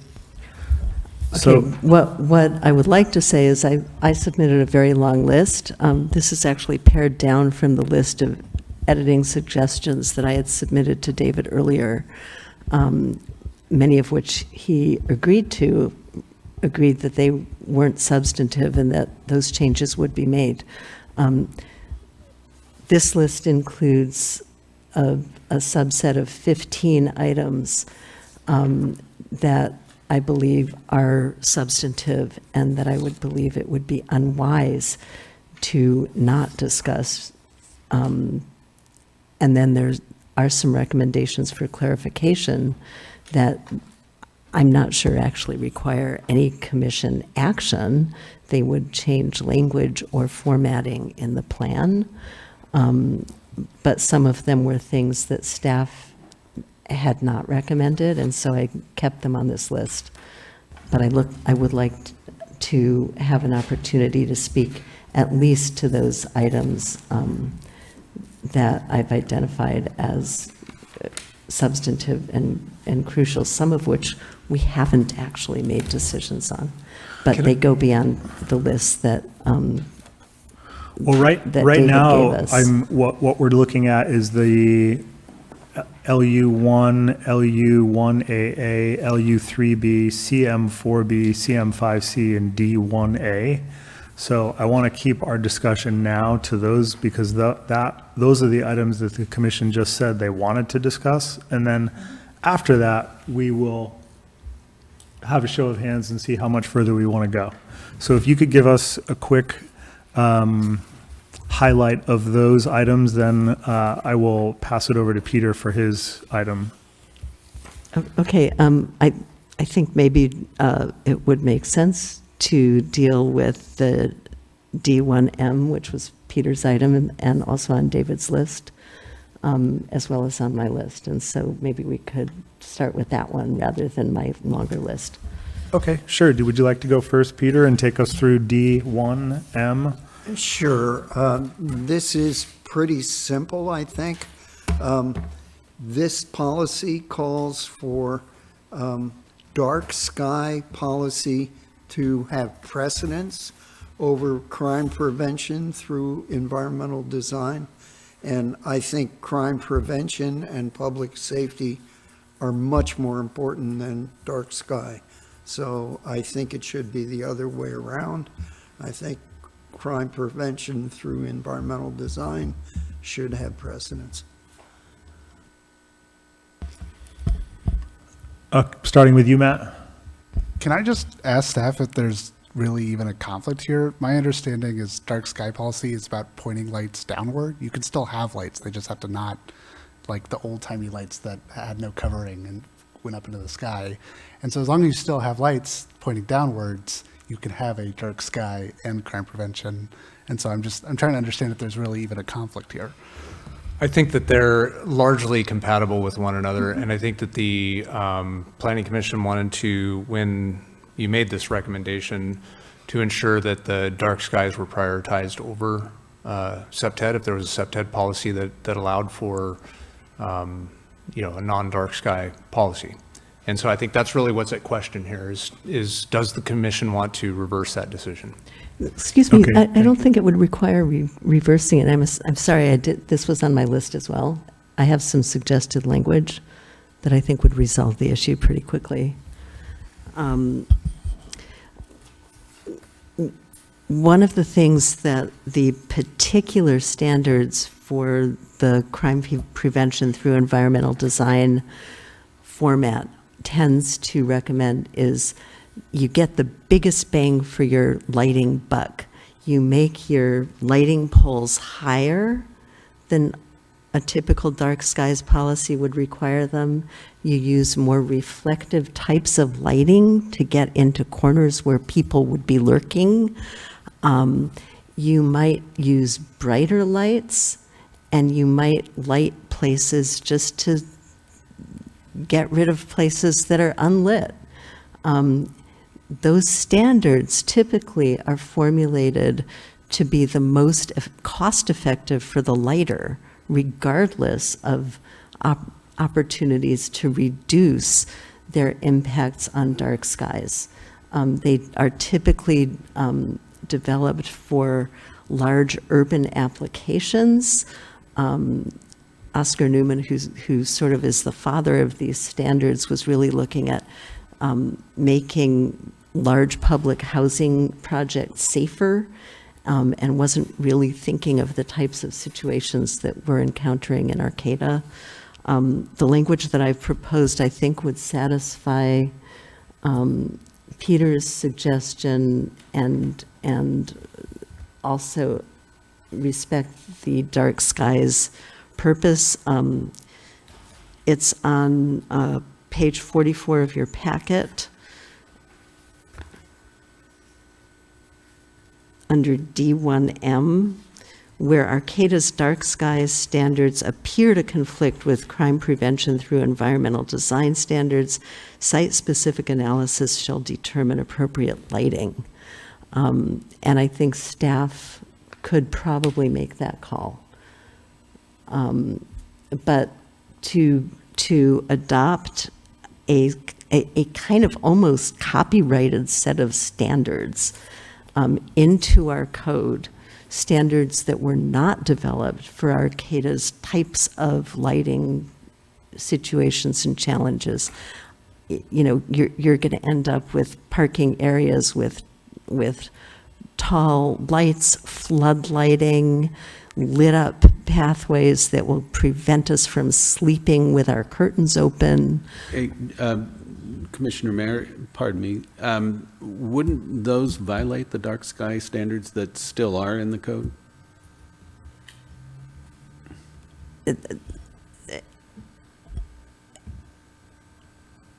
Yes, but what I'm seeing is that in this case, you might have a conflict of two sets of standards.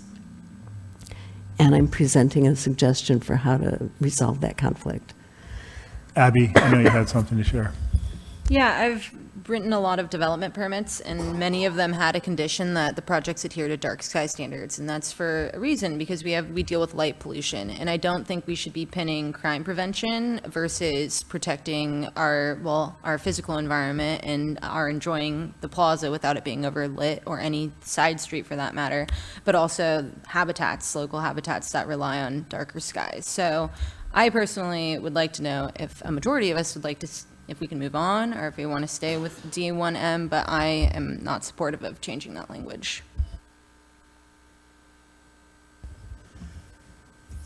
You know, if you want a dark sky, go out of the city.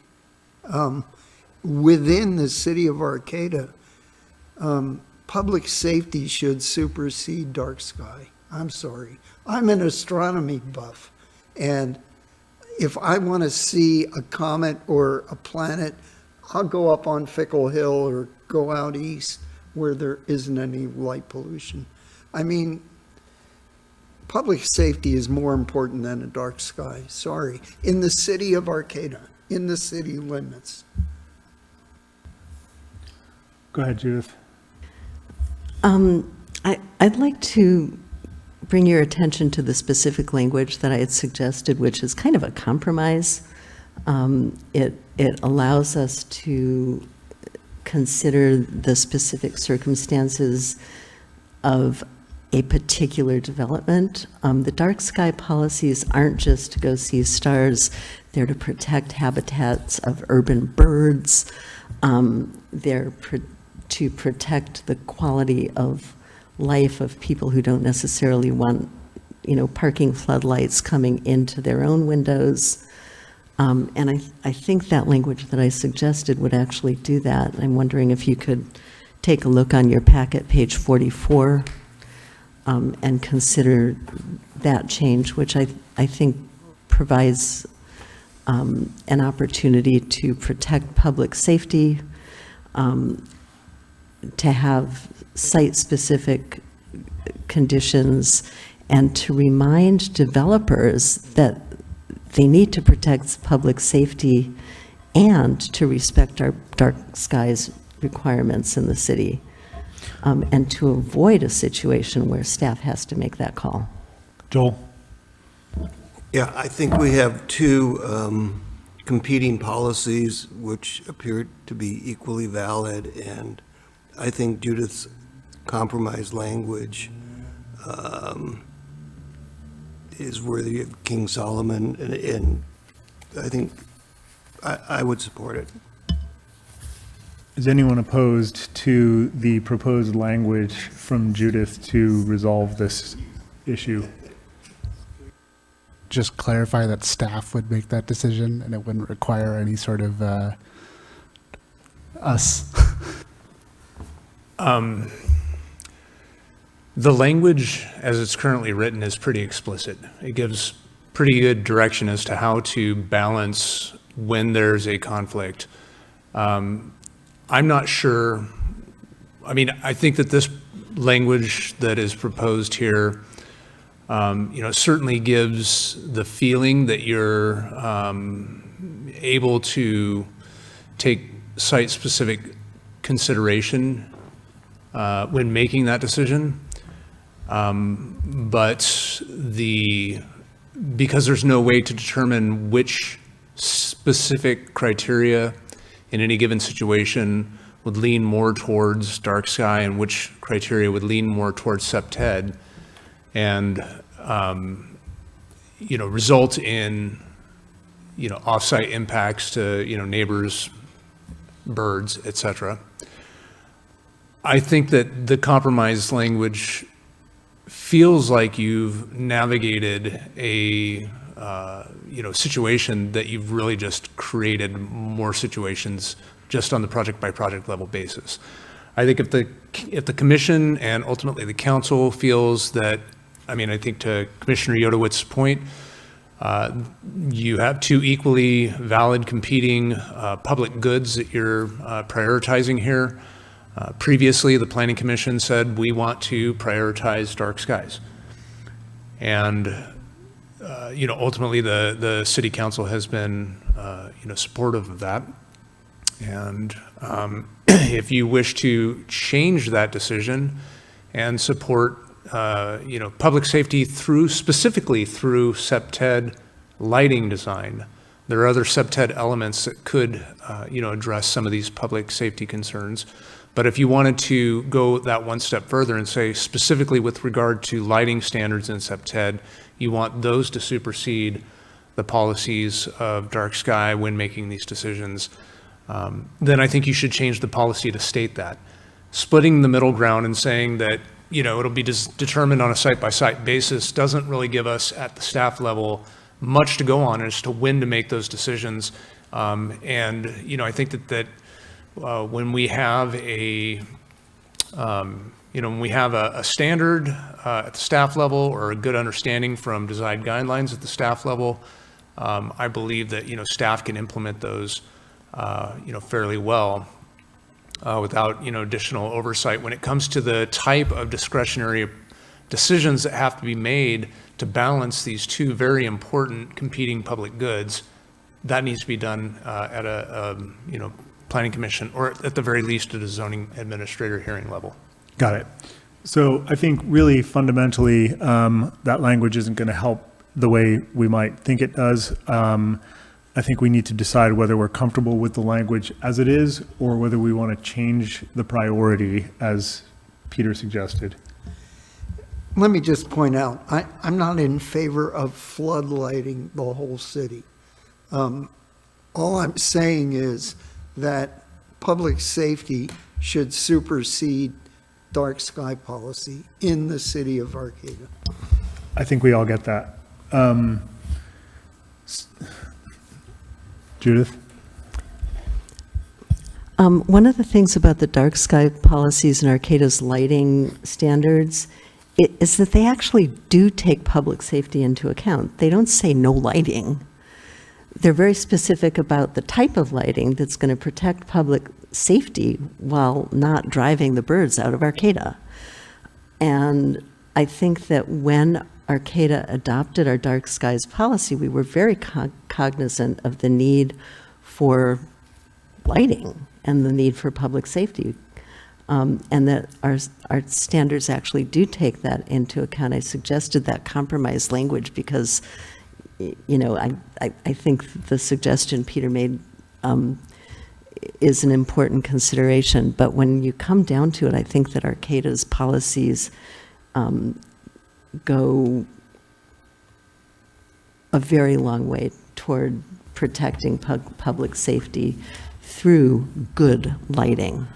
I'm mindful that we are still talking about the first item on a long list of things here, and I want this conversation to wrap up. So I want to hear people tell me whether they want to keep the language as it is or make a change and prioritize public safety. Abby? Keep the language as it is, please. Matt? Keep the language. Judith? Keep the language. Joel? Keep the language. Peter? Change the language. Dan? Doesn't matter. It matters. Keep the language. Keep the language. Okay, thank you. Peter, everyone, I appreciate that. Let's try to keep these conversations going. There's a tendency to get bogged down, and I want us to keep in mind that we're sometimes spending a lot of time on decisions that don't really actually shift things as much as if you get lost in the individual item, you can think it does. So, Chair, can we bring back the 2-minute pitch and then we all vote first as a system to work through these? the 45-second pitch and then the response. So I would like that, yes. So as we're now moving into the rest of these, I want us, we've had a chance to look at these. Let's have a brief introduction, and then let's try to make a group decision concisely about whether we want to adopt or not. Fire away, Judith. I think we need to hear David's list because I think we had agreed that we would address those first. Okay. LU1. The list is LU1, LU1AA, LU3B, CM4B, CM5C, and D1A. Okay, maybe as we go along, since I still haven't written all those down, David could. Maybe we could just start with the objective LU1 is the first one. Let's start with LU1. Okay, LU1 objective. In that objective, there's in a lot of the language of the plan, there's a lot of switching between the word amenity and other words, but in this case, it's a small matter, but I believe clean air is a right, not an amenity. I also think that it's important to have a clear definition of what we mean by amenity in a glossary. We haven't seen a glossary yet, and I would just hope that staff would come up with that definition. But clearly, amenity is probably not how we should consider that objective in the wording. Okay. Matt? If that was a motion, I would second it. Clean air is a right and not an amenity. Does that sound good to people? Does anyone oppose to clean air being a right and not an amenity? Agree. Okay. Adopted. LU1AA, please.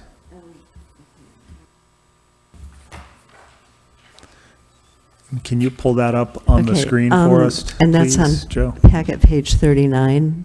Incentivize mixed use as a community amenity. There's a lot of language in that draft policy that ties us in knots. And I think that if we change the wording to simply create incentives to mix compatible uses, we would cut through some of that confusion and some of that problematic language while making the point that we really want to make. So simply changing that wording to create incentives to mix compatible uses and dropping some of that problematic language. Okay, thanks, Judith. Did you want to say something, David? Just real quickly, this was the one community benefit policy that was moved out of the D8 category, Design 8 category, that was created for the purpose of collecting all the community benefits program type policies. And it landed here, and I think it landed a little rough. And so staff would also like you to consider moving that back into the D8 group of policies, so it's clear. I think it clarifies the confusion simply by moving it back into D8. So either changing some of the language so that it's maybe a little clearer, or maybe or moving this policy back into D8. Does anyone support this language change to clarify this specific element piece? Change or not? Does staff care about the change? Is that not work in any way with, even if we do move it to D8 as a separate topic? I think the concern here, again, is conflating the terms amenity and community benefit. This is really attempting to identify a community benefit.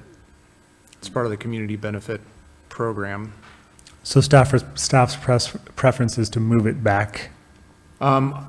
I'm just, if we're going to take a second bite at the apple, I made this point before. Y'all overruled it and moved it into the land use element because it's more of a land use policy. It's the only community benefit policy that is not in D8. So I'm suggesting that you do what Commissioner Mayer's recommending, change the word amenity to community benefit so that it doesn't conflate with other areas where we use the word amenity. Copy. And then also consider moving it back into a D8. Well, as the proposal is to change that wording for clarification to community benefit, is anyone opposed to that? Okay, so changed. Let's pull up LU 3B, please. Do we not at this point want to discuss moving it back into D8? Not if we don't have to. Okay.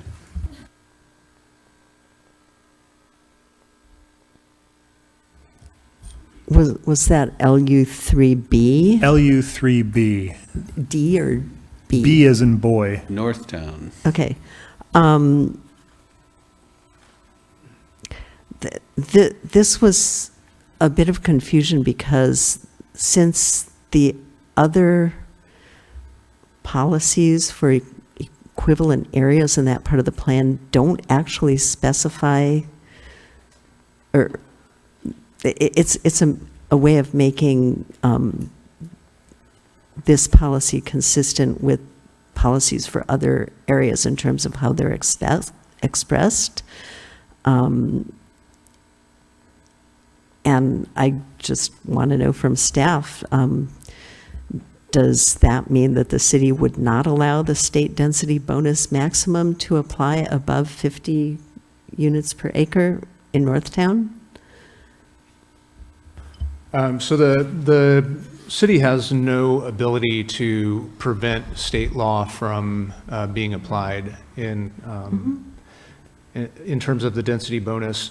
But we would suggest that you strike the language after opportunities at up to 50 units per acre, because that statement actually conflicts with other policy that identifies within these commercial mixed-use zones to not have a maximum density and to use the development standards to limit the amount of development that could happen on those sites.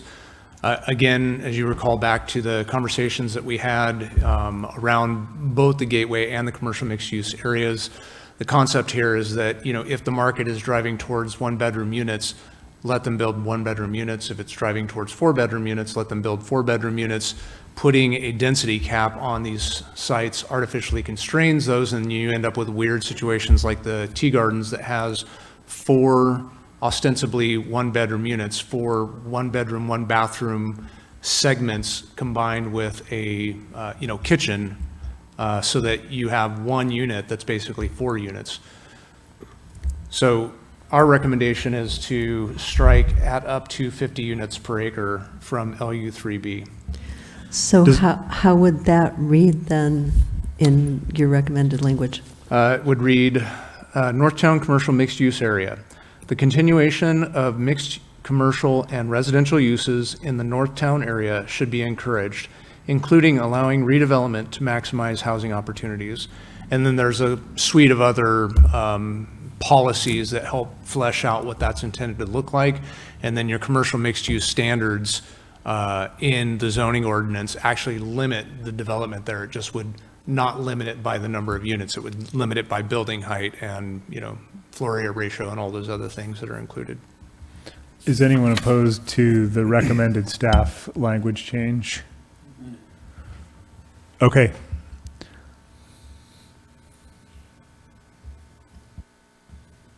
So adopted as recommended by staff. Can you please pull up CM4B for our consideration?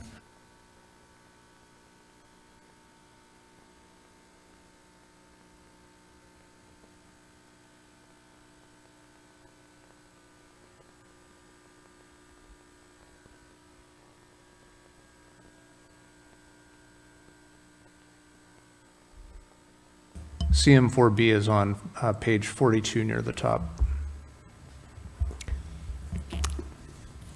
Okay, that was a suggestion to try and untangle some of the language on traffic signals. The draft. Sorry to interrupt, Judith. Joe, can you scroll up a little bit? CM4B is at the very bottom of this screen, and I can't see the whole item. That's better, thank you. Sorry, go ahead, Judith. Okay, the draft language, and I'm not going to go through the whole section, but it says, new traffic signals shall be provided only, and I'm deleting a little bit of detail there, to relieve a demonstrated safety problem at an intersection based on documented collisions.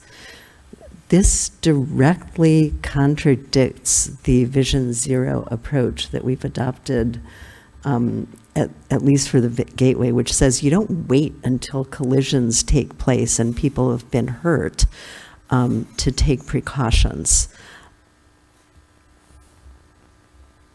I'm not necessarily asking you to go whole hog in favor of signalizing intersections that probably don't need it, but definitely to get rid of that language that says based on documented collisions. It is not acceptable to wait until people have been hurt or killed to make changes, whether they're signals or not. A brief staff position? I talked to the city engineer about this, and he said that there are certain warrants that need to be met for different signalizations. One of the factors associated with that is collision record, but I totally agree with Commissioner Mayer. The way it's reflected in here is not only a little morbid, but maybe emphasizes the wrong features that we need to do to meet those warrants. So we support this, and I would suggest that you defer the specific language to consultation with the city engineer to make sure that we reflect what the accurate process is. Any commissioners have an issue or a problem with that? So adopted per staff change language and compliance with city engineer. Can we move then to CM5C, please, which is just a couple further down? Okay, so that was bike parking? Correct. Okay. The draft says the required number of bicycle parking spaces shall be calculated as a proportion of the number of users. How do we know what the number of users is? Presumably the land use code would specify something about that. But Let's hear what staff has to say about that. David, is there any? Yeah, just super quickly. I mean, I think this is vague, the way it's currently worded. The specific standard could be tied to some of these other topics like square feet, number of units, number of residents. And I think it's a good point, in particular in the Gateway area, where you're attempting to incentivize alternative modes of traffic. One of the things that we've talked about is building out these alternative mode infrastructures. One way to do that is to ensure that there's places to park bikes and et cetera. So staff's in support of either a change to this policy or just recognizing that when you get into the details of implementation, you're going to want to pay attention to, how you operationalize number of users. Does the gateway code, I can't remember currently, specify how that would be linked? I think that our default was in a residential complex, the number of units, but it doesn't say anything. No, it doesn't. I'm going to need to look up the specifics on what the gateway code says. My recollection of the conversation you had, and I believe it was Commissioner Simmons who suggested that we make the standard based on one bike parking space per unit. I have to double check that and verify. Is anyone objected to the clarification suggested in CM5C? Any objections? Okay. What's that? I think we're moving on. No change, correct? Chair? Go No ahead, change. Matt. Since we are on this item, Colin in his comments pointed out that bollards aren't typically a place you can park your bike, and I'm wondering if staff disagrees or not. That you can park a bike on a bollard? Yes. It currently says bicycle parking facilities include racks, lockers, and bollards. And I don't know that a bollard is a bicycle parking facility. And Colin pointed this out. I missed it. Yeah, no, I that totally escaped my attention. I think we should change that. Bollards are not parking. Where are you finding that, Matt? Is that on the last page? CM5C, it says bicycle parking facilities include racks, lockers, and bollards in the general plan draft. Okay, we'll remove bollards. And maybe add other types of bike parking, like, locked, structures for the purpose and et cetera. Okay. So, next is D1A. Next and last on this batch of suggested comments. Okay, D1A. D1A. Okay, in the design element, I suggested renaming the whole section, building and site characteristics. I think staff might have agreed with that because a lot of the stuff in there is not about buildings, it's about the sites. But then there were a few questions there as well. There's a lot of question about whether we are looking at a form-based code for multiple areas in the city, or whether form-based standards would be developed recognizing the unique features of each area where they will apply. And I don't know that the Planning Commission has resolved that, or that we want to resolve that. Maybe the Planning Commission wants to leave that ambiguous.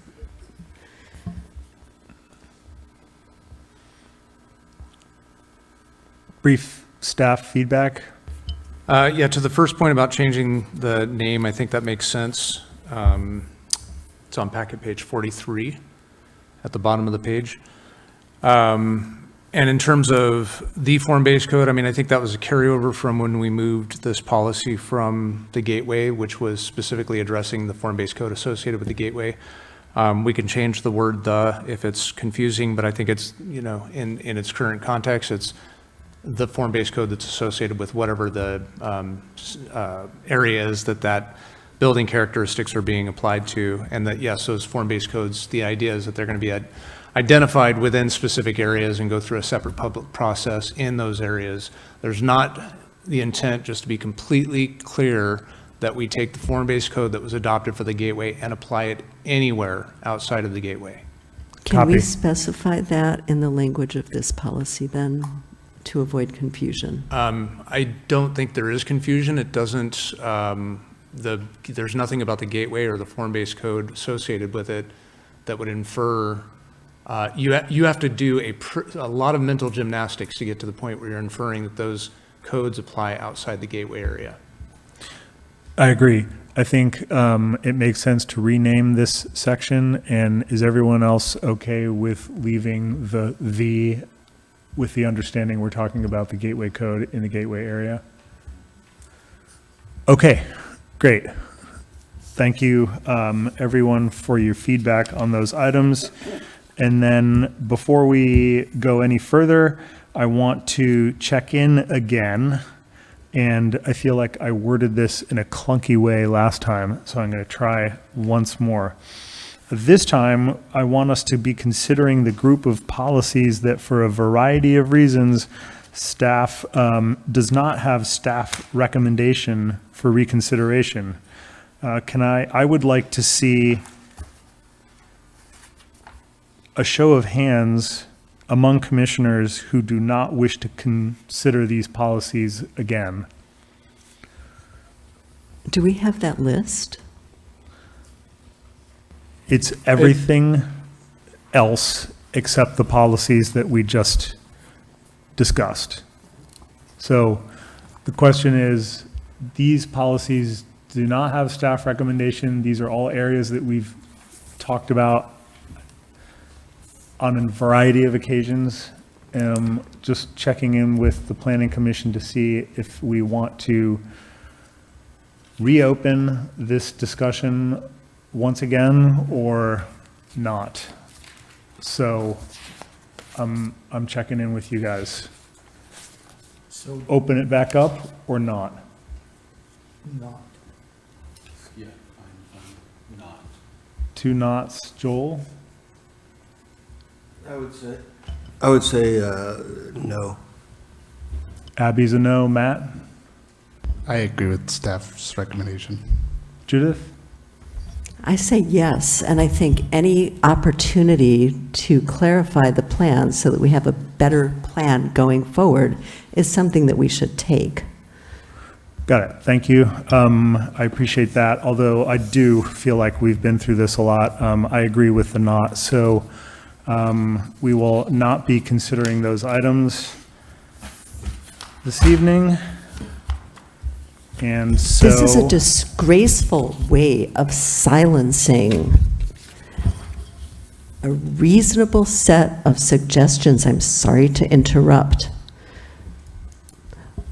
But if anyone had even considered that there might be something worthwhile there, we are losing an opportunity to improve the plan by simply deciding not. I understand your position and appreciate you sharing it, but I think agree to disagree on this one.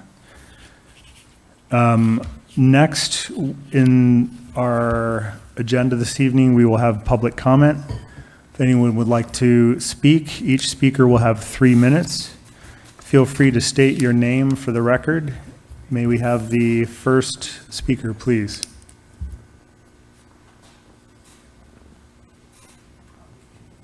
Good evening, I'm Fred Wise. I'm a bit at a loss for words because I don't understand the process that you're going through. You made decisions without any public comment. We heard Commissioner Mayer, who had a long list. I took notes on her list. I think a lot of them are good suggestions. And it's a particularly sore point for me. I'm holding my hand. This is from March, 11 months ago, when you're talking about the land use element. This is 13 pages. I submitted 29 items. Not a single one was discussed. When I read these over today, there are 4 or 5 that are ridiculous that I wouldn't submit if I did it today. There's about half of them you have incorporated over this last period of time. There's others that I still think belong in the general plan. They're small things, they're subtle things, but they're important things. In the case of, a lot of the stuff is very small, but to discard it entirely, to me, is completely negates the process of trying to make a better general plan. So as I say, I'm kind of at a loss for words. We can disagree. We can agree to disagree. I don't have a problem with that. I'm not saying that I have to be right or Commissioner Mayer has to be right, but these things, I think, need to be considered. You know, as I said, I made notes on Commissioner Mayer's comments. There's important things on here. So this process whereby a majority determines that the suggestions of a single person are not regarded is not how things are supposed to work. Essentially, it means that any single, or in the case there could be 2 or 3 of you who agree on something, who get outvoted. It negates people's input. It could be anyone. So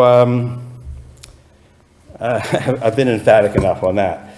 I don't have anything specific to say, but here, you know, I said the policies that were discussed, how are they chosen, and when are you going to discuss the others? Well, we've answered that question. You're not planning on discussing the others.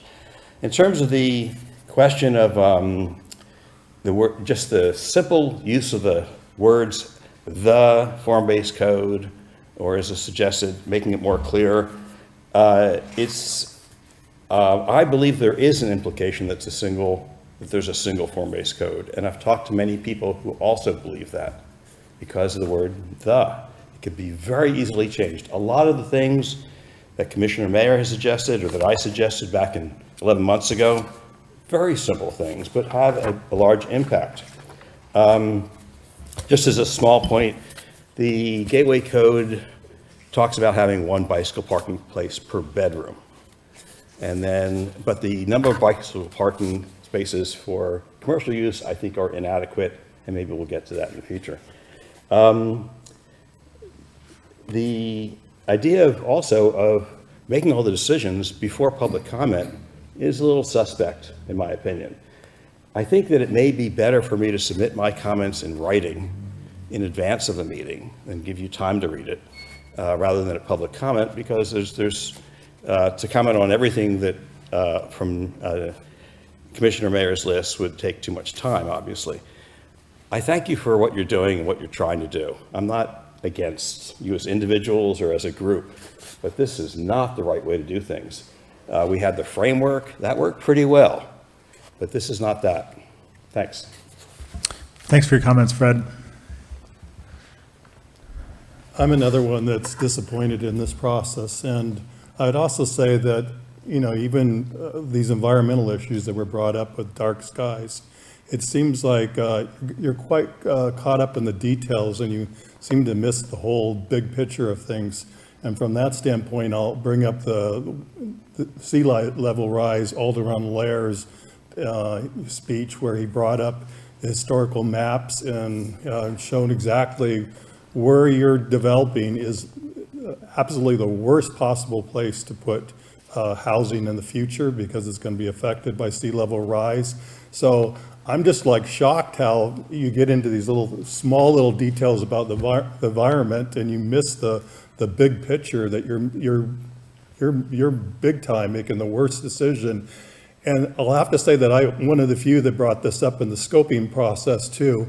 And I brought it up with the example of what happened in Japan, where it was a lot of folks just like yourself trying to develop housing for people, and thought that they were developing in a really safe spot. And it ended up in 2000, I believe, 8, it was 18,000 people died because of the earthquake and the tsunami. So these were questions that I brought up in the scoping period. You're not going to answer it. You know, it's kind of like, what is this 1,190 page EIR if it can't even answer the most important questions? That's one.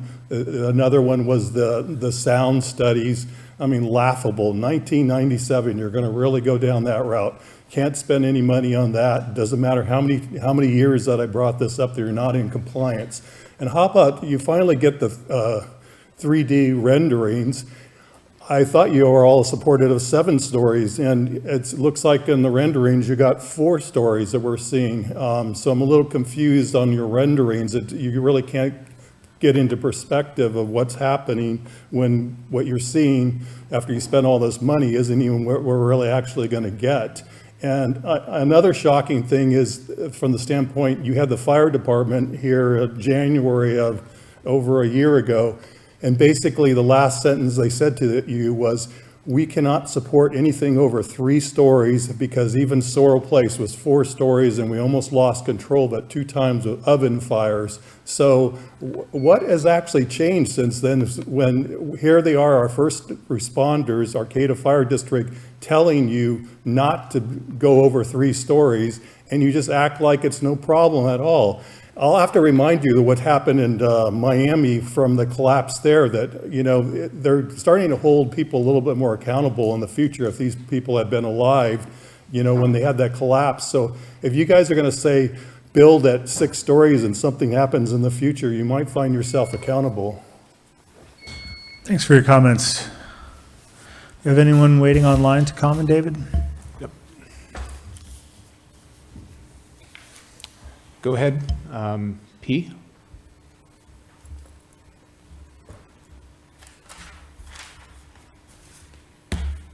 Hello, this is Patricia Cambianica, and I don't know where to start. So are you really going to not further discuss any item that staff has decided should not be clarified or is not important?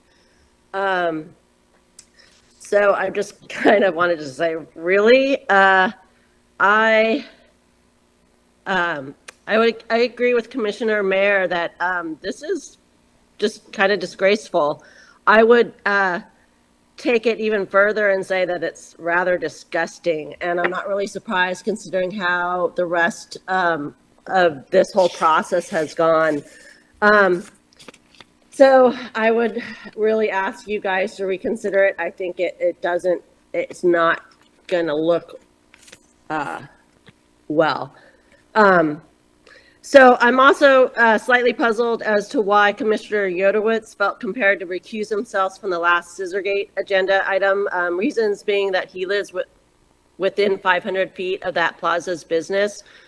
But yet he has never felt the need to recuse himself from Gateway area plan discussions, being that his home and business is well within 500 feet from the Gateway's boundaries. Commissioner Lehman's home is also well within 500 feet from that boundary. I've calculated it's roughly 250 feet from the Gateway boundary.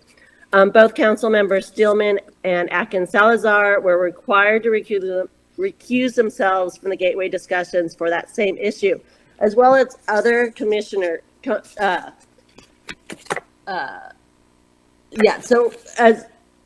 Anyways, I was going to say other commissioners, but I'm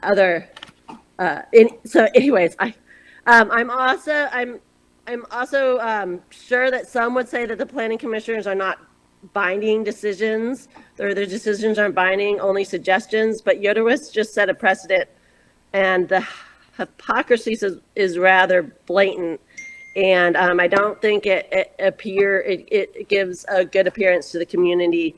I'm just curious to hear your rationalizations on this as well. Thank you. Thank you for your comments. Other speakers waiting online? We have no other online comments. Okay. As always, thank you all for your comments. We appreciate your feedback. We will move on to correspondence and communications. Do we have any correspondence from planning commissioners this evening? Matt? I almost brought this up earlier, but it didn't seem appropriate. There was a lot of discussion about the causes of homelessness earlier today. There is a book called Homelessness is a Housing Problem that really completely changed my viewpoint on this issue. I own a copy. Basically, it looks at statistically all of the different things that people claim cause homelessness, and then it correlates them with the amount of homelessness in different cities around the country. And what it found was that the price of rent and the rental vacancy rate are the 2 highest correlated things with homeless counts. And so just something to everyone to keep in mind as we are dealing with the impacts of having a large unhoused population is that it is a direct result of housing supply and rental costs. Thank you for that. That is certainly what we are focused on, trying to create more housing. Any other commission members have comments? Do we have any correspondence from staff? No.